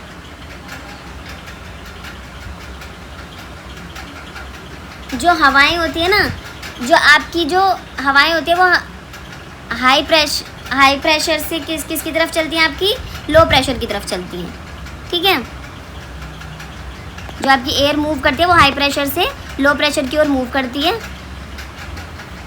और अब आप जैसे कि आप का ये देख रहे हो आप, ये आपका हाई प्रेशर है और ये आपका लो प्रेशर है। ठीक है, इसमें जो हवाएं देखो बाहर की तरफ जा रही हैं सारी, और इसमें जो हवाएं हैं वो सारी क्या हो रही है, अंदर की तरफ आ रही हैं। तो अब आप देख रहे हो जैसे कि ये हवाएं जैसे चल रही हैं, ये सारी की सारी ये हवाएं चल रही हैं, देखो बाहर की तरफ जा रही हैं, और ये क्या कर रही हैं, लो प्रेशर की में अंदर की तरफ आ रही हैं जो हवाएं। ठीक है, तो अब आपको पता लग गया इसमें हाई प्रेशर और लो प्रेशर के बारे में भी इसके अंदर आपको स्टूडेंट्स पता लग गया। अब हम आपको बताएंगे विंड के बारे में, हवा के बारे में। The movement of air from a high pressure area to a low pressure area is called wind. एक उच्च दाब वाले क्षेत्र से निम्न दाब वाले क्षेत्र की ओर वायु की गति को ही हम क्या बोलते हैं, आपका पवन कहते हैं, विंड कहते हैं, पवन कहते हैं। जो हाई प्रेशर से आपका लो प्रेशर की तरफ आपकी जो हवाओं की जो मूवमेंट होती है उसको ही हम क्या बोलते हैं, आपका पवन कहते हैं। इट कैन जेंटल और स्ट्रोंग, ये क्या हो सकती है, यह आपकी सौम्य और तीव्र हो सकती है। ठीक है, जेंटल हो सकती हैं और बहुत ज़्यादा स्ट्रोंग हो सकती हैं। आप पवन के प्रवाह को देख सकते हैं। ठीक है, observe the flow of wind, आप पवन के प्रवाह को देख सकते हैं क्योंकि यह फुटपाथ पर, अब आपका इसका एग्जांपल दे सकते हैं हम, क्योंकि यह फुटपाथ पर जो भी आपके सूखे जो पत्तों को उड़ा देती है। ठीक है, ड्राई आपका क्या करती है, wind as it blow dry leaves. ठीक है, ये उसको उड़ा देती है। ठीक है, धूल के कणों को धीरे से दूर ये भी आपका क्या करती है, gently blow away dust particle को भी उड़ा देती है। Uproots trees during a storm, यह तूफान के दौरान पेड़ों को भी उखाड़ देती है। तो स्टूडेंट आपको पता लग गया, आप हवा को फील भी कर सकते हो और देख भी सकते हो। जो हवा के थ्रू एक्टिविटीज़ होती हैं आप देख सकते हो। जब जितना भी जैसे तेज़ बारिश होती है तो हवा के साथ साथ जब बारिश होती है तो आप देख सकते हो किस फॉर्म में आपकी कितनी तेज़ आपकी बारिश, आपकी जिस तरफ आपकी हवा होगी उस तरीके से उस तरफ ही आपकी बारिश मूव करने लगती है। ठीक है,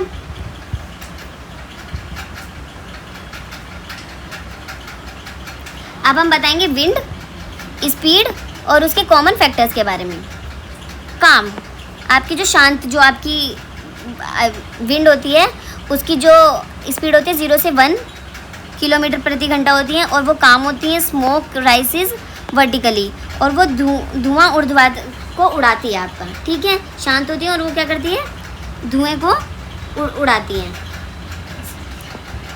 लाइट ब्रीजी, आपकी जो आपकी रेन होती है वो उसका विंड होती है वो 6 से 11 किलोमीटर घंटे की रफ्तार से चलती है। Wind can be felt on the face leaves rustle, वो क्या करती है, लीव्स को हल्का सा मूव करवाती हैं। ठीक है, और जो आपकी स्ट्रॉन्ग ब्रीज होती है वो आपकी 39 से 49 किलोमीटर प्रति घंटे की रफ्तार से चलती हैं। जो लार्ज ब्रांचेस से in the wind umbrellas are different. अब इस टाइम पे क्या होता है, बहुत तेज़ हवाएं चलती हैं और क्या होता है आपका जो आपका अम्ब्रेला, जैसे कि आप लेके निकलते हो बहुत ज़्यादा आप रेनी एयर में, तो वो क्या करती है आपके अम्ब्रेला को अपोजिट साइड आपका मूव कर देती हैं। लास्ट आपका स्ट्रॉम आ गया जिसकी स्पीड क्या होती है 103 से लेके 117 किलोमीटर प्रति घंटे की रफ्तार से चलती हैं। इट वेरी रेयरली एक्सपीरियंस्ड, ये बहुत ही रेयर आपका एक्सपीरियंस की जाती है। यूजुअली कहाँ पे इससे आपका क्या होता है, यूजुअली आपका बहुत ज़्यादा आपका क्या होता है, डैमेज होता है इससे आपका। ठीक है, तो अब आपको पता लग गया, आपकी विंड के बारे में पता लग गया कि क्या कौन कौन सी विंड होती है, किस आपकी कितने किलोमीटर प्रति घंटे की रफ्तार से ये चलती है और इनसे आपको क्या क्या इफ़ेक्ट देखने को मिलते हैं। अब हम इसके अंदर आपको बताने वाले हैं आपके जो स्थानीय पवनें, जैसे आपका लोकल विंड्स में आपका जैसे आपका था लैंड ब्रीज और आपका सी ब्रीज, आपका समुद्र, आपका जो स्थलीय समीर और आपका समुद्र समीर के बारे में बताएंगे। किसी स्थान के मौसम और जलवायु को वो किस वेदर को और क्लाइमेट को किस तरीके से अफेक्ट करता है। ठीक है, ये आपका जो तटीय क्षेत्रों के माध्यम से जलवायु परिस्थितियों को बनाए रखने में ये बहुत ज़्यादा क्या करता है, आपका कोस्टल रीजन को बहुत बनाए रखने में बहुत ज़्यादा इंपॉर्टेंट रोल प्ले करता है। ठीक है, तो इसके अंदर फर्स्ट हम सी ब्रीज के बारे में बताएंगे। आपका तो जो आपका समुद्र समीर होता है उसमें क्या होता है, दिन के समय क्या होता है, यह एक स्थानीय हवा है, ठीक है। इसको हम बोलते हैं एक लोकल विंड बोलते हैं, जो दिन के समय में विशेष रूप से दोपहर में समुद्र से ज़मीन की ओर चलती है। लैंड से आपका क्या करती है, आपका सी से लैंड की ओर आपकी चलती है आफ्टरनून के टाइम पे। और ये काम कैसे करती है, दिन के दौरान सूरज की गर्मी, दिन के दौरान आपको स्टूडेंट पता है जो सूरज की गर्मी होती है, तो जो आपका ज़मीन होती है वो पानी की तुलना में जल्दी गर्म हो जाती है, ठीक है। जिसके कारण जो ज़मीन के ऊपर की हवाएं होती है ना, जो ज़मीन के ऊपर की हवा होती है वो गर्म होकर ऊपर उठती है, ठीक है। यहाँ से ये ज़मीन के ऊपर की हवाएं हैं, ये गर्म होकर ऊपर उठेंगी ऐसे करके। वहाँ ज़मीन के ऊपर की हवाएं जब ऊपर उठेंगी तो वहाँ आपका क्या बन जाएगा, इस एरिया में क्या बन जाएगा, आपका लो प्रेशर। और वहीं आपका जो समुद्र से आने वाली आपकी ठंडी हवाएं हैं, ये समुद्र इस लो प्रेशर को भर देंगी आके, ठीक है। जिसके कारण आपका क्या होगा, यहाँ पर आपकी बारिश हो जाएगी, ठीक है। वहीं आपका नाइट में हम क्या देखते हैं, आपका लैंड ब्रीज के अंदर हम क्या देखते हैं, रात के अंदर मतलब जब रात में क्या होता है, ज़मीन जो आपका पानी की तुलना में तेज़ी से ठंडी होती है। रात के टाइम पे आपकी लैंड बहुत जल्दी ठंडी हो जाती है और आपका समुद्र इतनी जल्दी मतलब तेज़ी से ठंडा नहीं होता। समुद्र का पानी जब ज़मीन के मुकाबले अधिक ठंडा हो जाता है, मतलब जब समुद्र का पानी अधिक गर्म हो जाता है, ठीक है, तो पानी क्या हो, तो इसलिए क्या होता है, पानी के ऊपर क्या बन जाता है, यहाँ पर लो प्रेशर बन जाता है, ठीक है। यहाँ पे लो प्रेशर एरिया बन जाता है। इसी वजह से जो हवा होती है ना, जो ये वाली हवा होंगी, अब ये तो ऊपर उठ गई यहाँ की हवाएं, ये लो प्रेशर बन गया। फिर ये जो हवाएं होंगी इसको क्या करेंगी, इस जगह को फिल कर देंगी, ठीक है। इस समय समुद्र और ज़मीन के तापमान और वायु दाब में कम अंतर होता है, इसलिए हवा की गति इस टाइम पे क्या हो जाती है, धीमी हो जाती है। तो आपको पता लग गया, यहाँ पे ज़मीन आपको जल्दी गर्म हुई, लो प्रेशर बना, ऊपर उठ गई हैं। यहाँ पे आपका सी से जितने भी आपकी हवाएं आ रही थी उन्होंने इस एरिया को भर दिया और यहाँ पे आपका बारिश होने लगी। इसलिए आप देख सकते हो मुंबई और जितने भी आपका वेस्टर्न कोस्ट वाले आपके एरिए हैं वहाँ पे आपकी कितनी वर्षा होती है, वहाँ पे मोस्टली आपका बारिश ही होती रहती है आपकी 12 मंथ तक। अब हम आपको बढ़ाने वाले हैं सीज़न इन इंडिया, मौसम और ऋतुएं बताने वाले हैं हम आपके इंडिया के बारे में, ठीक है। इंडिया की सीज़न और सीज़न के बारे में बताने वाले, कौन कौन से सीज़न आते हैं आपका इंडिया के अंदर। विंटर सीज़न आएगा, समर सीज़न आएगा जिसे प्री मानसून भी कहते हैं, मानसून और रेनी सीज़न आएगा, एडवांसिंग मानसून बोलेंगे, और पोस्ट मानसून आपका सीज़न आता है, ठीक है। The climate of India can be broadly classified as tropical monsoon, ठीक है। जो इसको क्लासिफाई किया गया ट्रॉपिकल मानसून के अंदर, द इंडिया मेट्रोलॉजिकल डिपार्टमेंट, जो इंडिया का आपका मेट्रोलॉजिकल डिपार्टमेंट है, IMD है, वो इन्होंने इन 4 सीज़न को आपका क्या किया है, आपका मतलब कि इन आपके जो भी आपके 4 सीज़न है ना, इनको आपका इन्होंने ही एक तरह से कंसीडर किया है। अब विंटर सीज़न, इंडिया के अंदर जो विंटर सीज़न होता है, the winter season generally last 4 दिसंबर। जो आपका विंटर सीज़न कब आता है, दिसंबर के आपके लास्ट में आता है और अप्रैल से पहले आता है। और ये आपका मंथ बहुत कोल्ड होता है, बहुत ज़्यादा ठंडा होता है। December and the January when the average temperature in the north west, जो नॉर्थ वेस्ट के अंदर जो आपका इंडिया का जो टेम्परेचर होता है वो 10 से 15 डिग्री सेल्सियस तक पहुँचता है, ठीक है। आप देख सकते हो आपके यूपी, दिल्ली, हरियाणा, पंजाब का आपका टेम्परेचर कितना कम पहुँच जाता है। Temperature increase toward the equator reaching around 20 से 25 degree Celsius mainland India south east. और जो साउथ ईस्ट का जो टेम्परेचर होता है वहाँ पर क्या होता है, 20 से 25 डिग्री सेल्सियस तक हो जाता है, ठीक है। तो स्टूडेंट जैसे कि आप ये इंडिया का मैप देख सकते हो, ये हम इंडिया का मैप आपको थोड़ा रफली बना के दिखा रहे हैं। यहाँ पे आपकी यहाँ से एक लाइन जाती है, ठीक है। तो जो आपकी ट्रॉपिक ऑफ कैंसर, ये आपकी कर्क रेखा हमारे यहाँ से जा रही है, आपको पता होनी चाहिए। जो इससे ऊपर का एरिया है, यहाँ पे तो काफ़ी ठंड पड़ती है यहाँ पे एरिया में, यहाँ पे आपकी बर्फ़ भी पड़ जाती है। और जो आपका साउथ का जो रीजन है, ठीक है, यहाँ पे आपका टेम्परेचर कितना रहता है, 20 से 25 डिग्री सेल्सियस तक ही यहाँ पे रहता है, क्योंकि ये आपका इक्वेटर, भूमध्य रेखा और कर्क रेखा के बीच का पार्ट हो जाता है, ठीक है। वही आपका समर और प्री मानसून जो आपका सीज़न है, समर और प्री मानसून सीज़न कब आपका शुरू होता है, आपका अप्रैल से लेकर जून के बीच में होता है। Up to July is north west India, जो आपका नॉर्थ वेस्ट इंडिया है आपका ये वाला north west India, northern region, ठीक है। It western and southern region that hottest month is April. जो आपका जो वेस्टर्न एंड साउथ रीजन जो आपका होता है ना, ये वाला रीजन जो साउथ का रीजन होता है, ये आपका सबसे ज़्यादा क्या होता है, हॉट होता है। किस मौसम में, अप्रैल के मौसम में। और सबसे ज़्यादा आपका जो नॉर्थ का हिस्सा होता है वो कब आपका बहुत ज़्यादा गर्मी, अप्रैल से जून के बीच में यहाँ पे बहुत ज़्यादा गर्मी होती है, ठीक है। The average temperature across most of inland India range. अब आपको पता है कि आपको यहाँ का टेम्परेचर कितना ज़्यादा पहुँच जाए, यहाँ का टेम्परेचर फिर भी इतना ज़्यादा नहीं पहुँच पाता, क्योंकि यहाँ पे आपका सारा का सारा क्या है, आपका समुद्र है यहाँ पे। तो जहाँ पे जैसे ही आपका लैंड गर्म होती है, लो प्रेशर बनता है, वहीं आपकी समुद्र की हवाएं जाके इसको भर देती हैं। अब आपका तीसरा कौन सा, मानसून और रेनी, एडवांस मानसून। अब हम आपको बताएंगे मानसून सीज़न के बारे में। The monsoon season generally spans for June to September. सबसे ज़्यादा कहाँ से आता है मानसून सीज़न, जून और सितंबर के बीच में आता है। This season is dominated by the humid south west summer monsoon. जो आपका जो सीज़न होता है वो बहुत ज़्यादा ह्यूमिडिटी वाला सीज़न होता है, ठीक है। और जो आपका साउथ वेस्ट समर मानसून, इसको क्या बोलते हैं, हम कहते हैं।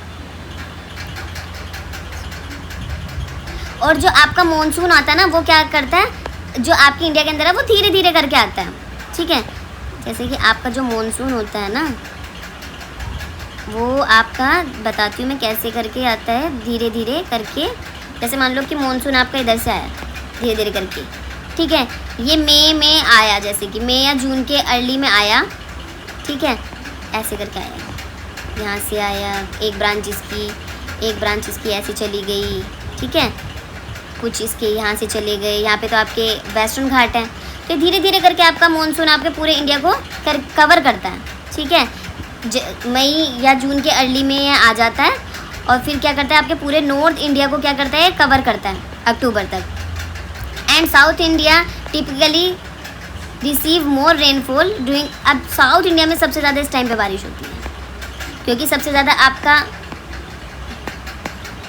समुद्र एरिया भी आपका यहीं पे पड़ता है, सी एरिया भी यहीं पड़ता है, ठीक है। यहाँ तक पहुँचते पहुँचते आपका क्या होता है, कहीं कहीं जगह बारिश होती है, कहीं कहीं जगह नहीं होती। अब यहाँ पे भी आपका अरावली रेंज है, ठीक है। तो आपकी वेस्ट आपके राजस्थान में तो बारिश हो जाती है, आपका ईस्ट राजस्थान रह जाता है बारिश के बिना। तो बहुत सारी ऐसी चीज़ें हैं। अब हम आगे मानसून आपका एक टॉपिक भी आएगा, उसमें मैं आपको अच्छे से कवर करवा दूँगी। पोस्ट मानसून के बारे में बताएंगे। मानसून के बाद वाला जो आपका सीज़न होता है, ये कब आता है, अक्टूबर से दिसंबर के बीच में होता है। नॉर्थ वेस्ट इंडिया, ये कहाँ आता है, नॉर्थ वेस्ट इंडिया के अंदर October and November are usually cloudless.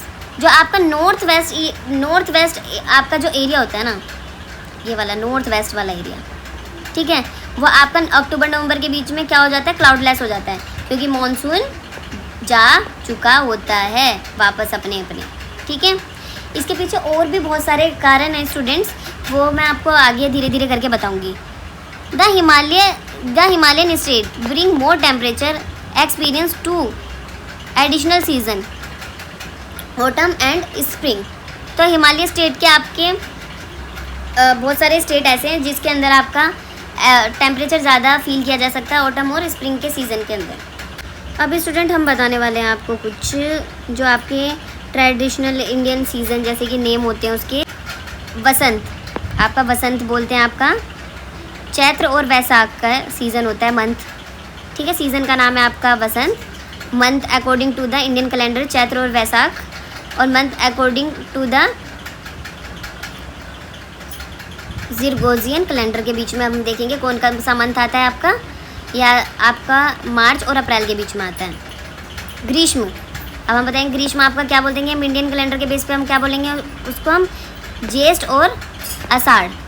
ये होता है आपका मई और जून के बीच में आता है ये, ठीक है। मई और जून का मंथ आपका कहलाता है। यहाँ आपका बोलेंगे वर्षा ऋतु, ये आपके श्रावण और भाद्रपद, ये आपका जुलाई और अगस्त में आता है। वहीं आपकी शरद ऋतु अश्विन और कार्तिक आपका इंडियन कैलेंडर के अकॉर्डिंग बोलेंगे। वहीं आपका ग्रेगोरियन कैलेंडर के बीच में बोलेंगे ये सितंबर से अक्टूबर के टाइम को इसको बोलते हैं हम। हेमंत, ठीक है। मार्गशीर्ष, पूषण, ये आपका नवंबर और दिसंबर के बीच में आता है। और आपका शिशिर, माघ, आपका फाल्गुन, ये आपका जनवरी और फेब के। तो आपने देख लिया आपके स्टूडेंट्स आपके ऋतु कौन कौन सी हो गई, और इंडियन कैलेंडर और आपका एक दूसरे कैलेंडर के अकॉर्डिंग आपके मंथ किस किस तरीके से आपके आ गए। अभी स्टूडेंट हम आपका पढ़ने वाले हैं सबसे मेन टॉपिक जो आपका मानसून के बारे में। जो आपका मानसून है, भारत की जलवायु जो आपकी मानसून हवाओं पर ही बहुत ज़्यादा अधिक क्या हुई है, डिपेंड रही है, हमेशा बहुत ज़्यादा अधिक प्रभावित किया है इन्होंने। जो आपका एंशियंट टाइम में जो आपका जो एक भारत आए थे, एक नाविक जो भारत आए थे, सबसे पहले उन्होंने इस घटना पर क्या किया था, ध्यान दिया था, ठीक है। वे हवाओं के रुख में होने वाले इन मौसमी बदलाव का लाभ उठाते थे, क्योंकि उस समय उनके जहाज़ों की यात्रा पूरी तरह से हवाओं पर ही क्या करती थी, निर्भर करती थी। जो आपके नाविक आते थे जितने भी, वो हवा के थ्रू ही क्या करते थे, इंडिया के अंदर आते थे, ठीक है। हवाओं के ज़रिए ही, उस टाइम पे कोई इतनी टेक्नोलॉजी तो थी नहीं कि लोग बड़े बड़े शिप बना के आए। वहाँ नॉर्मली आप जहाज़ बना के, और जहाँ जैसे जैसे हवाएं चलती थी वो उस अकॉर्डिंग ही क्या करते थे, इंडिया के अंदर आते थे पुराने टाइम में। और जो आपका अरब लोग थे, जो भारत में व्यापारी बनकर आए थे, उन्होंने भी हवाओं के इसी मौसमी बदलाव को क्या नाम दिया, उन्होंने भी आपकी हवाओं के इस बदलाव को क्या नाम दिया, मानसून, ठीक है। यह शब्द किस भाषा से निकला है, अरेबिक वर्ड है ये, कौन सा, मौसम। जो आपका मानसून शब्द निकला है वो अरेबी भाषा के एक शब्द से निकला है जिसको हम बोलते हैं मौसम, जिसका अर्थ क्या होता है आपका, सीज़न, मौसम। ओके स्टूडेंट, तो अब हम बताएंगे इसके बारे में आपका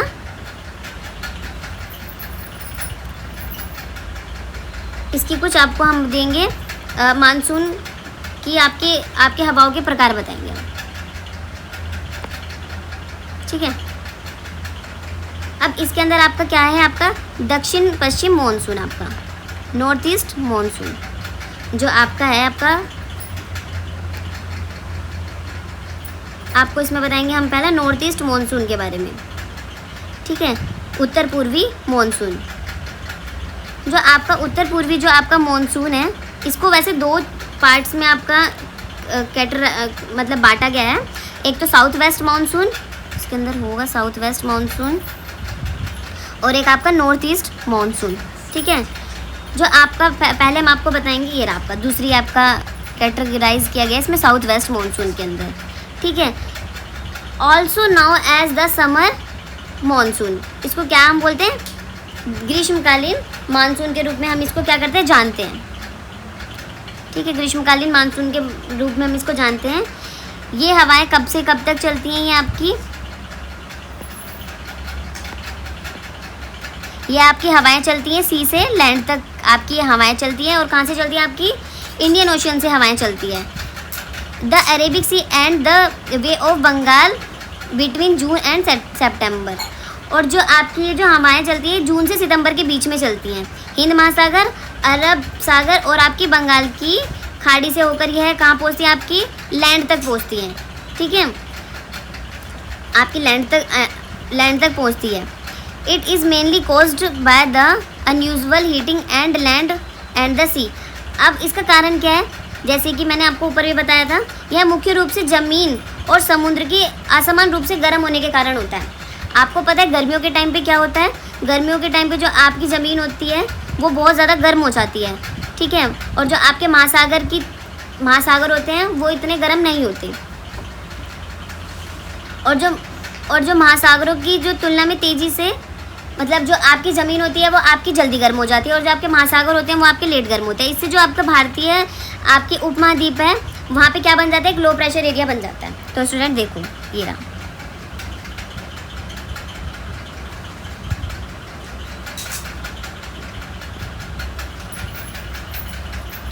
ये रहा, ठीक है। ये आपका बंगाल की खाड़ी हो गई आपकी, यहाँ पे आपका हिंद महासागर हो गया, अरब सी हो गया, यहाँ पे आपका, तो आपका ये जून से सितंबर के बीच में जो आपका ये लैंड है, ये बहुत ज़्यादा आपका क्या होती है, गर्म हो जाती है। गर्म होएगी तो आपका क्या होगा, हवाएं ऊपर उठेंगी, ठीक है, ये हवाएं ऊपर उठ गई और यहाँ पे क्या बन गया, आपका लो प्रेशर एरिया बन गया। और जो आपका जो सी है वो आपका क्या होता है, ज़मीन की तुलना में जो सी है वो कम, मतलब लेट थोड़ा सा गर्म होता है। इससे यहाँ से जो चलने वाली हवाएं हैं वो क्या करेंगी, आपका इस जगह को आपकी फिल करेंगी, ठीक है। और जो आपका ये आपका हिंद महासागर हो गया वो आपका क्या होता है, ठंडा रहता है, ठीक है। और यहाँ पे क्या होता है, आपका हाई प्रेशर होता है। हवाएं हमेशा क्या होती हैं, हाई प्रेशर से हमेशा कहाँ चलती है, लो प्रेशर की ओर चलती है। स्टूडेंट ये आपको बहुत याद रखने की चीज़ें, हवाएं हाई प्रेशर से कहाँ चलेंगी, लो प्रेशर की ओर चलती हैं, ठीक है। इसलिए नमी से भरी हुई जो हवाएं वो समुद्र से ज़मीन की ओर चलती हैं और बारिश लाती हैं, ठीक है। Land mass of Indian heat fit the surrounding ocean, it creates low pressure area. ये सब मैं स्टूडेंट्स आपको बताया है, ठीक है, किस तरीके से आपका कवर करती हैं। और क्या करती हैं, जब आपका क्या करती हैं, फिर वहाँ पे लैंड, वहाँ पे रेनफॉल करती हैं, वहाँ पे बारिश करती हैं स्टूडेंट्स, ठीक है। तो आपका समझ में आया आपका, जब नॉर्थ ईस्ट मानसून किसको कहते हैं, ये आपको अच्छे से समझ में आ गया होगा, ठीक है। आपको साउथ वेस्ट, आपको कौन सा मानसून समझ में आया स्टूडेंट, अभी हमने आपको बताया साउथ वेस्ट, जो आपका साउथ की तरफ से चल रहा है, इसको बोलेंगे हम साउथ वेस्ट मानसून। और जब आपका जो मानसून उत्तर पूर्वी यहाँ से चलेगा आपका नॉर्थ ईस्ट की तरफ से, अब नॉर्थ ईस्ट मानसून हम किसको बोलते हैं, हम आपका स्टूडेंट, जो आपका यहाँ से चलता है, तो आपका ऊपर से उत्तर से चलता है, इसे हम बोलते हैं आपका स्टूडेंट विंटर मानसून बोलते हैं। इसको बोलते हैं north east monsoon, winter monsoon. और ये यूजुअली कब होता है स्टूडेंट, ये भारत में होता है अक्टूबर से लेके फैब के बीच तक होता है ये। इस मौसम के दौरान भारत का जो लैंड मास है वो क्या होता है, ठंडा होता है, ठीक है, जिससे ज़मीन पर क्या बन जाता है, आपका हाई प्रेशर बन जाता है, ठीक है। और जो आप ज़मीन पर आपका हाई प्रेशर बन जाता है और समुद्र के ऊपर क्या बन जाता है, आपका लो प्रेशर बन जाता है, ठीक है। तो स्टूडेंट अब हम आपको इस डायग्राम में दिखा सकते हैं साउथ वेस्ट मानसून के बारे में। देखो ये सारा आपका क्षेत्र हो गया आपका, ये बंगाल की खाड़ी का आपका वे ऑफ बंगाल हो गया ये, ठीक है, ये आपका बंगाल की खाड़ी का क्षेत्र हो गया।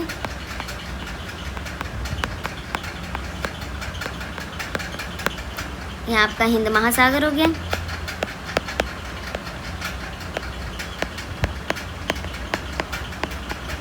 और यहाँ पे आपका अरब सागर हो गया। अब स्टूडेंट आप यहाँ पे देख सकते हो 1 जून में हमारा केरला आपका यहाँ पे मानसून आपका पहुँचा, ठीक है, यहाँ आपका मानसून पहुँचा। और ये कहाँ गया इधर से जाके, क्योंकि इधर आपको क्या मिलेगा, बीच बीच में आपका क्या मिलेगा, वेस्टर्न घाट मिलेगा, ठीक है।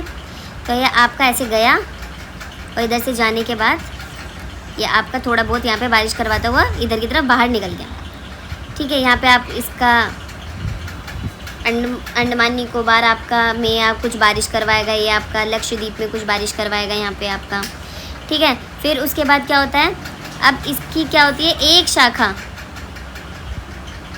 जैसे इधर से आई, ये इधर बंगाल की खाड़ी से होते हुए इधर की तरफ गई, इधर से होते हुए इधर की तरफ गई है ये। तो ये आपका 10 जून को आपका ये इधर कवर कर रहा है, 15 जून को आपका ये मिडल आपका इंडिया को कवर कर रहा है, ठीक है। तो अब आप देख रहे हो किस तरीके से आपकी हवाएं चल रही हैं हाई प्रेशर से लेके लो प्रेशर की ओर, ठीक है। और आपका 30 जून तक ये आपके पूरे इंडिया को क्या कर लेता है, आपका कवर कर लेता है, ठीक है। 25-30 जून को आपका सब जगह ये आपका मानसून पहुंच जाता है। ये आपका कौन सा साउथ वेस्ट मानसून है, क्योंकि ये साउथ वेस्ट की तरफ से चल रहा है इसलिए ये आपका साउथ वेस्ट मानसून है। अब हम आपको बताएंगे आपका नॉर्थ ईस्ट मानसून। ठीक है। अभी क्या हो रहा है, आपका रिटर्न हो रहा है। अभी यहाँ से आपका रिटर्न होना शुरू हुआ 20 सितंबर से। ये आपका देखो रिटर्न होना शुरू हुआ, क्योंकि यहाँ पे क्या हुआ, धीरे धीरे आपका ठंडी पड़ने लगी, ठंड का मौसम शुरू हो गया। ठीक है, यहाँ पे क्या बन गया आपका, हाई प्रेशर। ठीक है, और यहाँ बन गया आपका लो प्रेशर। तो यहाँ ज़्यादा ठंडी हो गई, तो ये वापस मानसून आपका रिटर्न होना स्टार्ट हो गया स्टूडेंट। ठीक है, और जो आपका रिटर्न होता हुआ मानसून है वो आपका जितना भी आपके तमिलनाडु वगैरह के एरिया में है वहाँ पे आपकी बारिश करवाता है। उस टाइम पे वहाँ पे क्या होती है, आपकी चावल की खेती होती है, खेती। तो स्टूडेंट, हमारी जितनी भी आपकी हमारी अर्थव्यवस्था है, ये सारी की सारी क्या होती है, ये सारी मानसून पर डिपेंड करती है। जितना अच्छा मानसून आएगा उतनी अच्छे हम लोग क्या कर पाएंगे, अपनी फसल उगा पाएंगे। बहुत सारी चीज़ें ऐसी होती हैं कि अभी आपने कुछ दिन पहले देखा था कि मानसून काफ़ी लेट हो गया था, तो मुंबई जैसे एरिया में क्या हो गया था, पानी की कमी हो गई थी। बट अब मानसून प्रॉपर आ गया तो वहाँ पे पानी की पूरी पूर्ति हो गई है, क्योंकि जो आपकी जो मुंबई है वो आपकी झीलों से पानी लेती है, और झीलें किस पर डिपेंड करती हैं, बारिश के पानी पर डिपेंड करती हैं। तो स्टूडेंट, आपको ये सब चीज़ें अच्छे से समझ में आई होगी। अब हम आपका इसमें पढ़ाने वाले हैं आपको क्लाइमेट चेंज के बारे में। अब स्टूडेंट पढ़ने वाले हैं हम आपका क्लाइमेट चेंज, आपके जलवायु परिवर्तन के बारे में आपको पढ़ने वाले हैं। तो जलवायु परिवर्तन क्या है? ठीक है, आज पृथ्वी जिन सबसे ज़्यादा गंभीर चुनौतियों से का सामना कर रही है, उनमें से एक आपका क्या है, जो आपका मोस्ट अर्जेंट चैलेंजेस है, उसमें से सबसे आपका बड़ा चैलेंज क्या है, क्लाइमेट चेंज आपका सबसे बड़ा चैलेंज है। इसका तात्पर्य क्या है आपका, इसमें क्या होता है, इसका तात्पर्य जो मौसम के पैटर्न और उसके तापमान में, आपके मौसम के पैटर्न में, उसके टेम्परेचर में, ठीक है, वर्षा में, हवाओं में, ठीक है, mainly caused by human activities होने वाले दीर्घकालिक आपके इसमें बदलावों को देखा गया है। यह मुख्य रूप से किसके कारण हो रहा है, आपका ह्यूमन के कारण हो रहा है। ये सब कुछ ह्यूमन की एक्टिविटी के कारण ये सब चीज़ें आपका हो रही है। इसमें आपका जैसे burning of the fossil fuel, आपका जीवाश्म ईंधनों का जलना, डिफॉरेस्टेशन, वनों की कटाई करना, ठीक है, औद्योगिक प्रदूषण हो गया, इंडस्ट्रियल पोल्यूशन हो गया। तो इसमें बहुत सारे आपके बहुत सारे प्रदूषक इसमें शामिल हैं। और मेन जो इसके अंदर जो वायुमंडल में आपका जो बहुत ज़्यादा इफेक्ट डालती है, मेन आपका है कार्बन डाइऑक्साइड, जो आपके एटमॉस्फेयर पे बहुत ज़्यादा नेगेटिव इम्पैक्ट डालती है। ठीक है, और इन सब रीजंस के कारण क्या होती है, सबसे ज़्यादा एटमॉस्फेयर में आपका कार्बन डाइऑक्साइड आपकी बढ़ रही है। ठीक है, और ये सारी आपकी गतिविधियाँ क्या कर रही हैं आपकी, जैसे कार्बन डाइऑक्साइड हो गई आपकी, ठीक है, मीथेन हो गई, नाइट्रस ऑक्साइड होगी, वाटर वेपर हो गया, ये सब क्या कर रहा है, वायुमंडल में क्या कर रहा है आपको, ग्रीन हाउस गैसेज, ये सारी ग्रीन हाउस गैसेज कही जाती हैं, जो आपका वायुमंडल में क्या कर रही है, आपकी गर्मी को बढ़ा रही है। ठीक है, बहुत ज़्यादा, क्योंकि ये जो आपकी जो गैसेज है ना, ये आपका मतलब गर्मी को सोख लेती हैं। ठीक है, ये जो आपकी गैसें हैं ये क्या कर लेती है, एटमॉस्फेयर की हीट को सोख लेती है, और वैश्विक ताप को क्या करती है, राइजिंग द ग्लोबल टेम्परेचर, वैश्विक ताप को बढ़ा देती है। As a result we were witnessing for the frequent flood. अब इसके कारण क्या हो रहा है, इसके परिणाम स्वरूप हम क्या देख सकते हैं, हम लगातार आपका बाढ़ का आना, सूखा पड़ना, ग्लेशियर्स का पिघलना, ठीक है, राइजिंग सी लेवल, समुद्र लेवल का बढ़ना, लो बायोडाइवर्सिटी, आपका जैव विविधता को नुकसान, ये सब चीज़ें हम इसके क्या हैं, इसके एक कारण है स्टूडेंट्स। तो ये सब आपको याद रखने की इन सब चीज़ों के कारण है। और आपकी ग्रीन हाउस गैसेज में कौन कौन सी गैसेज आ रही हैं, एक सेकेंड, और आपकी ग्रीन हाउस गैसेज भी आपको अच्छे से याद रखनी है, ये सारी आपकी ग्रीन हाउस गैसेज हैं। ठीक है स्टूडेंट,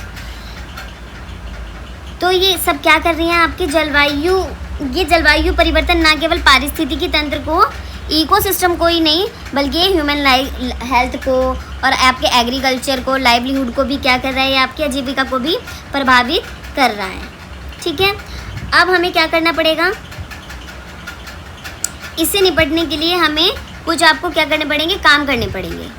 ठीक है, इससे निपटने के लिए हमको क्या क्या काम करने पड़ेंगे, जैसे कि हमको जैसे कार्बन फुटप्रिंट,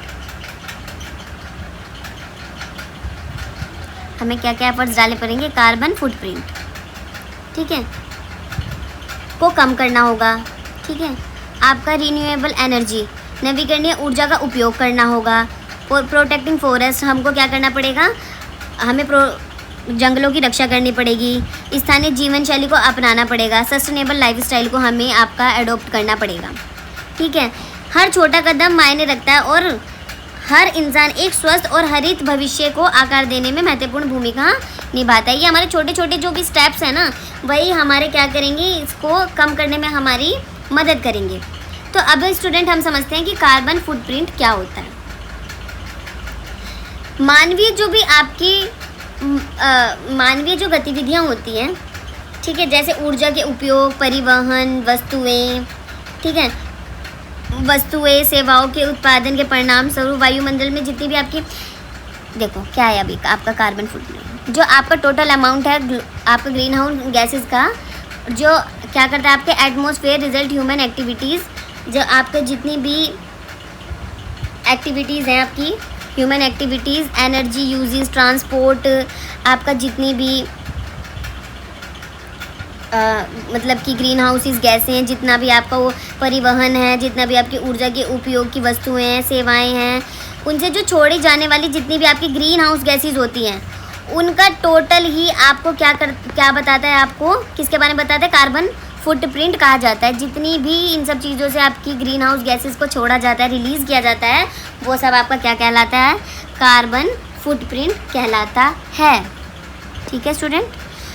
अब ये आपका क्या है, किस चीज़ से निकलता है, आपका ट्रांसपोर्ट से निकलता है, ठीक है, ठीक है। हमें ट्रांसपोर्ट का क्या करना चाहिए, हमें आमतौर पर मतलब कि इसमें क्या करना चाहिए, हमें पैदल चलना चाहिए, जिससे कि हम क्या कर सकें, कार्बन फुटप्रिंट को कम कर सकें, ठीक है। इलेक्ट्रिसिटी यूज़, ठीक है, अब हमें क्या करना चाहिए, हमें जब ज़रूरत नहीं होने पर हमें सारी इलेक्ट्रिसिटी बंद कर देनी चाहिए। तो ये आपके बहुत सारे तरीके बता रखे हैं कि हमें कैसे कैसे क्या करना चाहिए कार्बन फुटप्रिंट को कम करने के लिए। तो अब आपको पता लग गया कार्बन फुटप्रिंट किसे कहते हैं, जो भी हमारा ग्रीन हाउस गैसेज का जो भी हमारा टोटल यूज़ होता है, उसको ही हम क्या बोलते हैं, कार्बन फुटप्रिंट कहते हैं। अब आपके सारे इफ़ेक्ट पता लग गए इसमें, क्लाइमेट चेंज के, क्यों क्लाइमेट चेंज होता है, किस किस गैसों से होता है, कौन कौन सी गैसें हमारे एटमॉस्फेयर में ग्रीन हाउस गैसेस को बढ़ा रही हैं, ये सब चीज़ें आपका पता लग गई हैं। अभी स्टूडेंट आपकी एक ये केस स्टडी दी गई है आपकी पंजाब फ्लड के बारे में, 2005 में जो आपका पंजाब फ्लड आया था, जो आपका जो भी 2025 में आपका जो पंजाब फ्लड आया था, उसके बारे में हम आपको बताएंगे।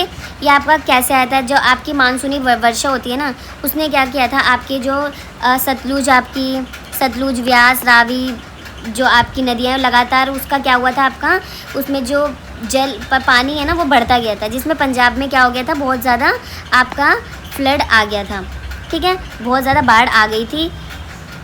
इस बाढ़ ने राज्य के बड़े हिस्से को आपका नुकसान पहुंचाया था, जैसे कि आपके गाँव को, आपके एग्रीकल्चर को, आपके हाउसेस को, तो बहुत सारी चीज़ों को, सड़कें भी इसमें ख़राब हो गई थी, बहुत सारी इसमें ब्रिजेस वगैरह टूट गए थे, ये सब हुआ था, ठीक है। अब हमारे पास कोई भी ऑप्शन नहीं था, ठीक है, किसको, अब लोगों को हमने क्या किया, अपना रेफ़र किया इधर से उधर, हमने ऑपरेशन चलाया वहाँ पे, ठीक है। कुछ स्थानों पर पानी कम होने लगा तो हमने वहाँ पे क्या किया, राहत कार्य शुरू किया वहाँ पे हमने, ठीक है। वहाँ पे बहुत ज़्यादा आपका किसका आर्थिक नुकसान भी हुआ, ठीक है, सोशल आपका इसमें आपका सोशल आपकी बहुत ज़्यादा दिक्कतें हुई, यहाँ पे सामाजिक व्यवधान हुआ, बहुत ज़्यादा आपकी पर्यावरणीय क्षति हुई, यहाँ पे इन्वायरमेंटल डैमेज हुआ, ठीक है, मतलब बहुत सारी यहाँ पे बहुत सारी प्रॉब्लम्स हुई, ठीक है। और यहाँ पे हमने क्या किया, बहुत सारा हमने यहाँ पे बहुत सारा मैनेजमेंट भी यहाँ पे अच्छे से किया। अब इसके हम बताएंगे आपके बाढ़ के कारण क्या क्या हुए। इसके पीछे आपके कौन से नेचुरल और ह्यूमन मेड दोनों ही आपके फैक्टर थे, प्राकृतिक और मानव निर्मित दोनों ही कारण थे। अब हम पहले नेचुरल के बारे में बताएंगे, फिर हम आपका ह्यूमन मेड के बारे में बताएंगे। नेचुरल में आपका क्या है कि 2025 में जो भी आपका पंजाब में मानसूनी आपकी बारिश हुई थी ना, उसका हमें बहुत ज़्यादा सामना करना पड़ा, जो वेस्टर्न डिस्टर्बेंस के कारण हुआ था। वेस्टर्न डिस्टर्बेंस के कारण आपका हुआ था, जो बहुत ही ज़्यादा हो गई थी, और हवाओं में बहुत ज़्यादा क्या हो गया था, मॉइस्चर आ गए थे, जिस कारण वहाँ पे बहुत ज़्यादा क्या हुआ, वर्षा होनी शुरू हो गई थी। अब आपको पता है कि यहाँ पे पड़ोस के राज्य जैसे हिमाचल प्रदेश, जम्मू कश्मीर में भी की जो रिवर्स हैं आपकी, उसमें भी आपका जैसे सतलुज, व्यास, रावी, घग्गर, ये जो आपकी रिवर हैं, इसमें भी जो पानी था वो बहुत ज़्यादा हो गया था। नदियाँ जो उफान पर आ गई थी, अब पहाड़ियों से पानी भी बहुत ज़्यादा बह के आने लगा था, ठीक है, जिसके कारण ओवर फ्लो हो गया और बहुत ज़्यादा पंजाब के अंदर बहुत सारे पार्ट्स के अंदर बाढ़ आ गई। अब ह्यूमन मेड कारण क्या था, कमज़ोर आपके जो भी आपके बांध थे, ठीक है, उनका कमज़ोर होना। जैसे आपका दोशांबी बांध है, ठीक है, वो बहुत ज़्यादा कमज़ोर हो गया था, ठीक है। वहाँ के आपके जितने भी आपके पुराने हो गए थे, वो आपके जितने भी उसके बनाए हुए एरियाज़ थे वो सब टूट गए थे, ठीक है। अतिक्रमण हो गया था वहाँ पे, ठीक है। यहाँ पे बहुत सारे जैसे लोगों ने नदियों में बहुत करीब अपने घर बना लिए थे। अब आपको पता है कि जितने भी आपकी रिवर्स हैं उनके आसपास जो आपके घर हैं वो इतना बनाने की अनुमति नहीं होती। बहुत ज़्यादा एरिया आपका ओजोन होता है, वो वहाँ पे आपको वहाँ पे इस तरीके कोई काम ही नहीं करने होते, घर वर नहीं बनाने होते। बट वहाँ पे लोगों ने क्या किया, अपना कब्जा कर लिया जाके। वहाँ पे उन्होंने क्या किया, ज़्यादा से ज़्यादा घर बना लिए, जिसके कारण क्या हुआ, वहाँ पे फ्लड आई और वहाँ पे लोगों के आपके घर वगैरह सारे के सारे टूट गए, ठीक है। जब आप प्राकृतिक जगह पे या आप उनकी जगह पे कुछ काम करोगे तो जाहिर सी बात है आपको नुकसान तो झेलना ही पड़ेगा ही। अब स्टूडेंट, आपका जो इफ़ेक्ट ऑफ द फ्लड इन पंजाब की बहुत सारे लोगों ने क्या किया हुआ, अपनी जानें गंवा दी, बहुत लोगों के घर चले गए, बहुत लोग इधर से रेफ़र हो गए, ठीक है। बहुत सारे फार्मर्स को उनकी जो क्रॉप्स थी वो ख़राब हो गई। तो ये बहुत सारा वहाँ पे जो भी काओ बफेलोज आपकी जितने भी थी वो सब मर गए। वहाँ पे ब्रिज, आप सड़कें, ठीक है, पब्लिक बिल्डिंग वगैरह सब डैमेज हो गए। वहाँ पे बहुत सारी आपकी वहाँ पे हेल्थ प्रॉब्लम हुई, जो वाटर कॉजेज़ होती हैं वो बहुत सारी हुई, ठीक है। तो आपकी बहुत सारी प्रॉब्लम्स वहाँ पे आपकी देखने को मिली, ठीक। और ये जो आपका क्लासरूम डिस्कशन है ये आप क्लासरूम में ही करोगे अच्छे से स्टूडेंट्स। तो अब हर चीज़ में स्टूडेंट ज़रूरी नहीं होता कि आपका वेदर की गलती हो। हमने भी बहुत सारे वेदर के अंदर ऐसा इन्वॉल्व कर रखा है अपने एटमॉस्फेयर में, प्रकृति के साथ, क्लाइमेट के साथ हमने इतना ज़्यादा इन्वॉल्व कर लिया कि ये सब चीज़ें कहीं ना कहीं इम्पैक्ट होने लगी और ये हमारी ही मुसीबतों का ही एक कारण बन गई। तो इस आपको चैप्टर में यही सब देखने को मिला है स्टूडेंट्स, और मैं उम्मीद करती हूँ कि आपको ये चैप्टर बहुत अच्छे से समझ आ गया होगा। और अब आप रेगुलर मेरी वीडियो देखने के लिए अब मैं नेक्स्ट इसके आपको शॉर्ट नोट्स भी प्रोवाइड करवाऊँगी और इसके बुक वर्क भी आपको कंप्लीट करवाऊँगी, कुछ एक्स्ट्रा क्वेश्चंस भी दूँगी स्टूडेंट्स। आप मेरी वीडियो को ऐसे ही देखते रहिए और अपना प्यार ऐसे ही देते रहिए। Thank you.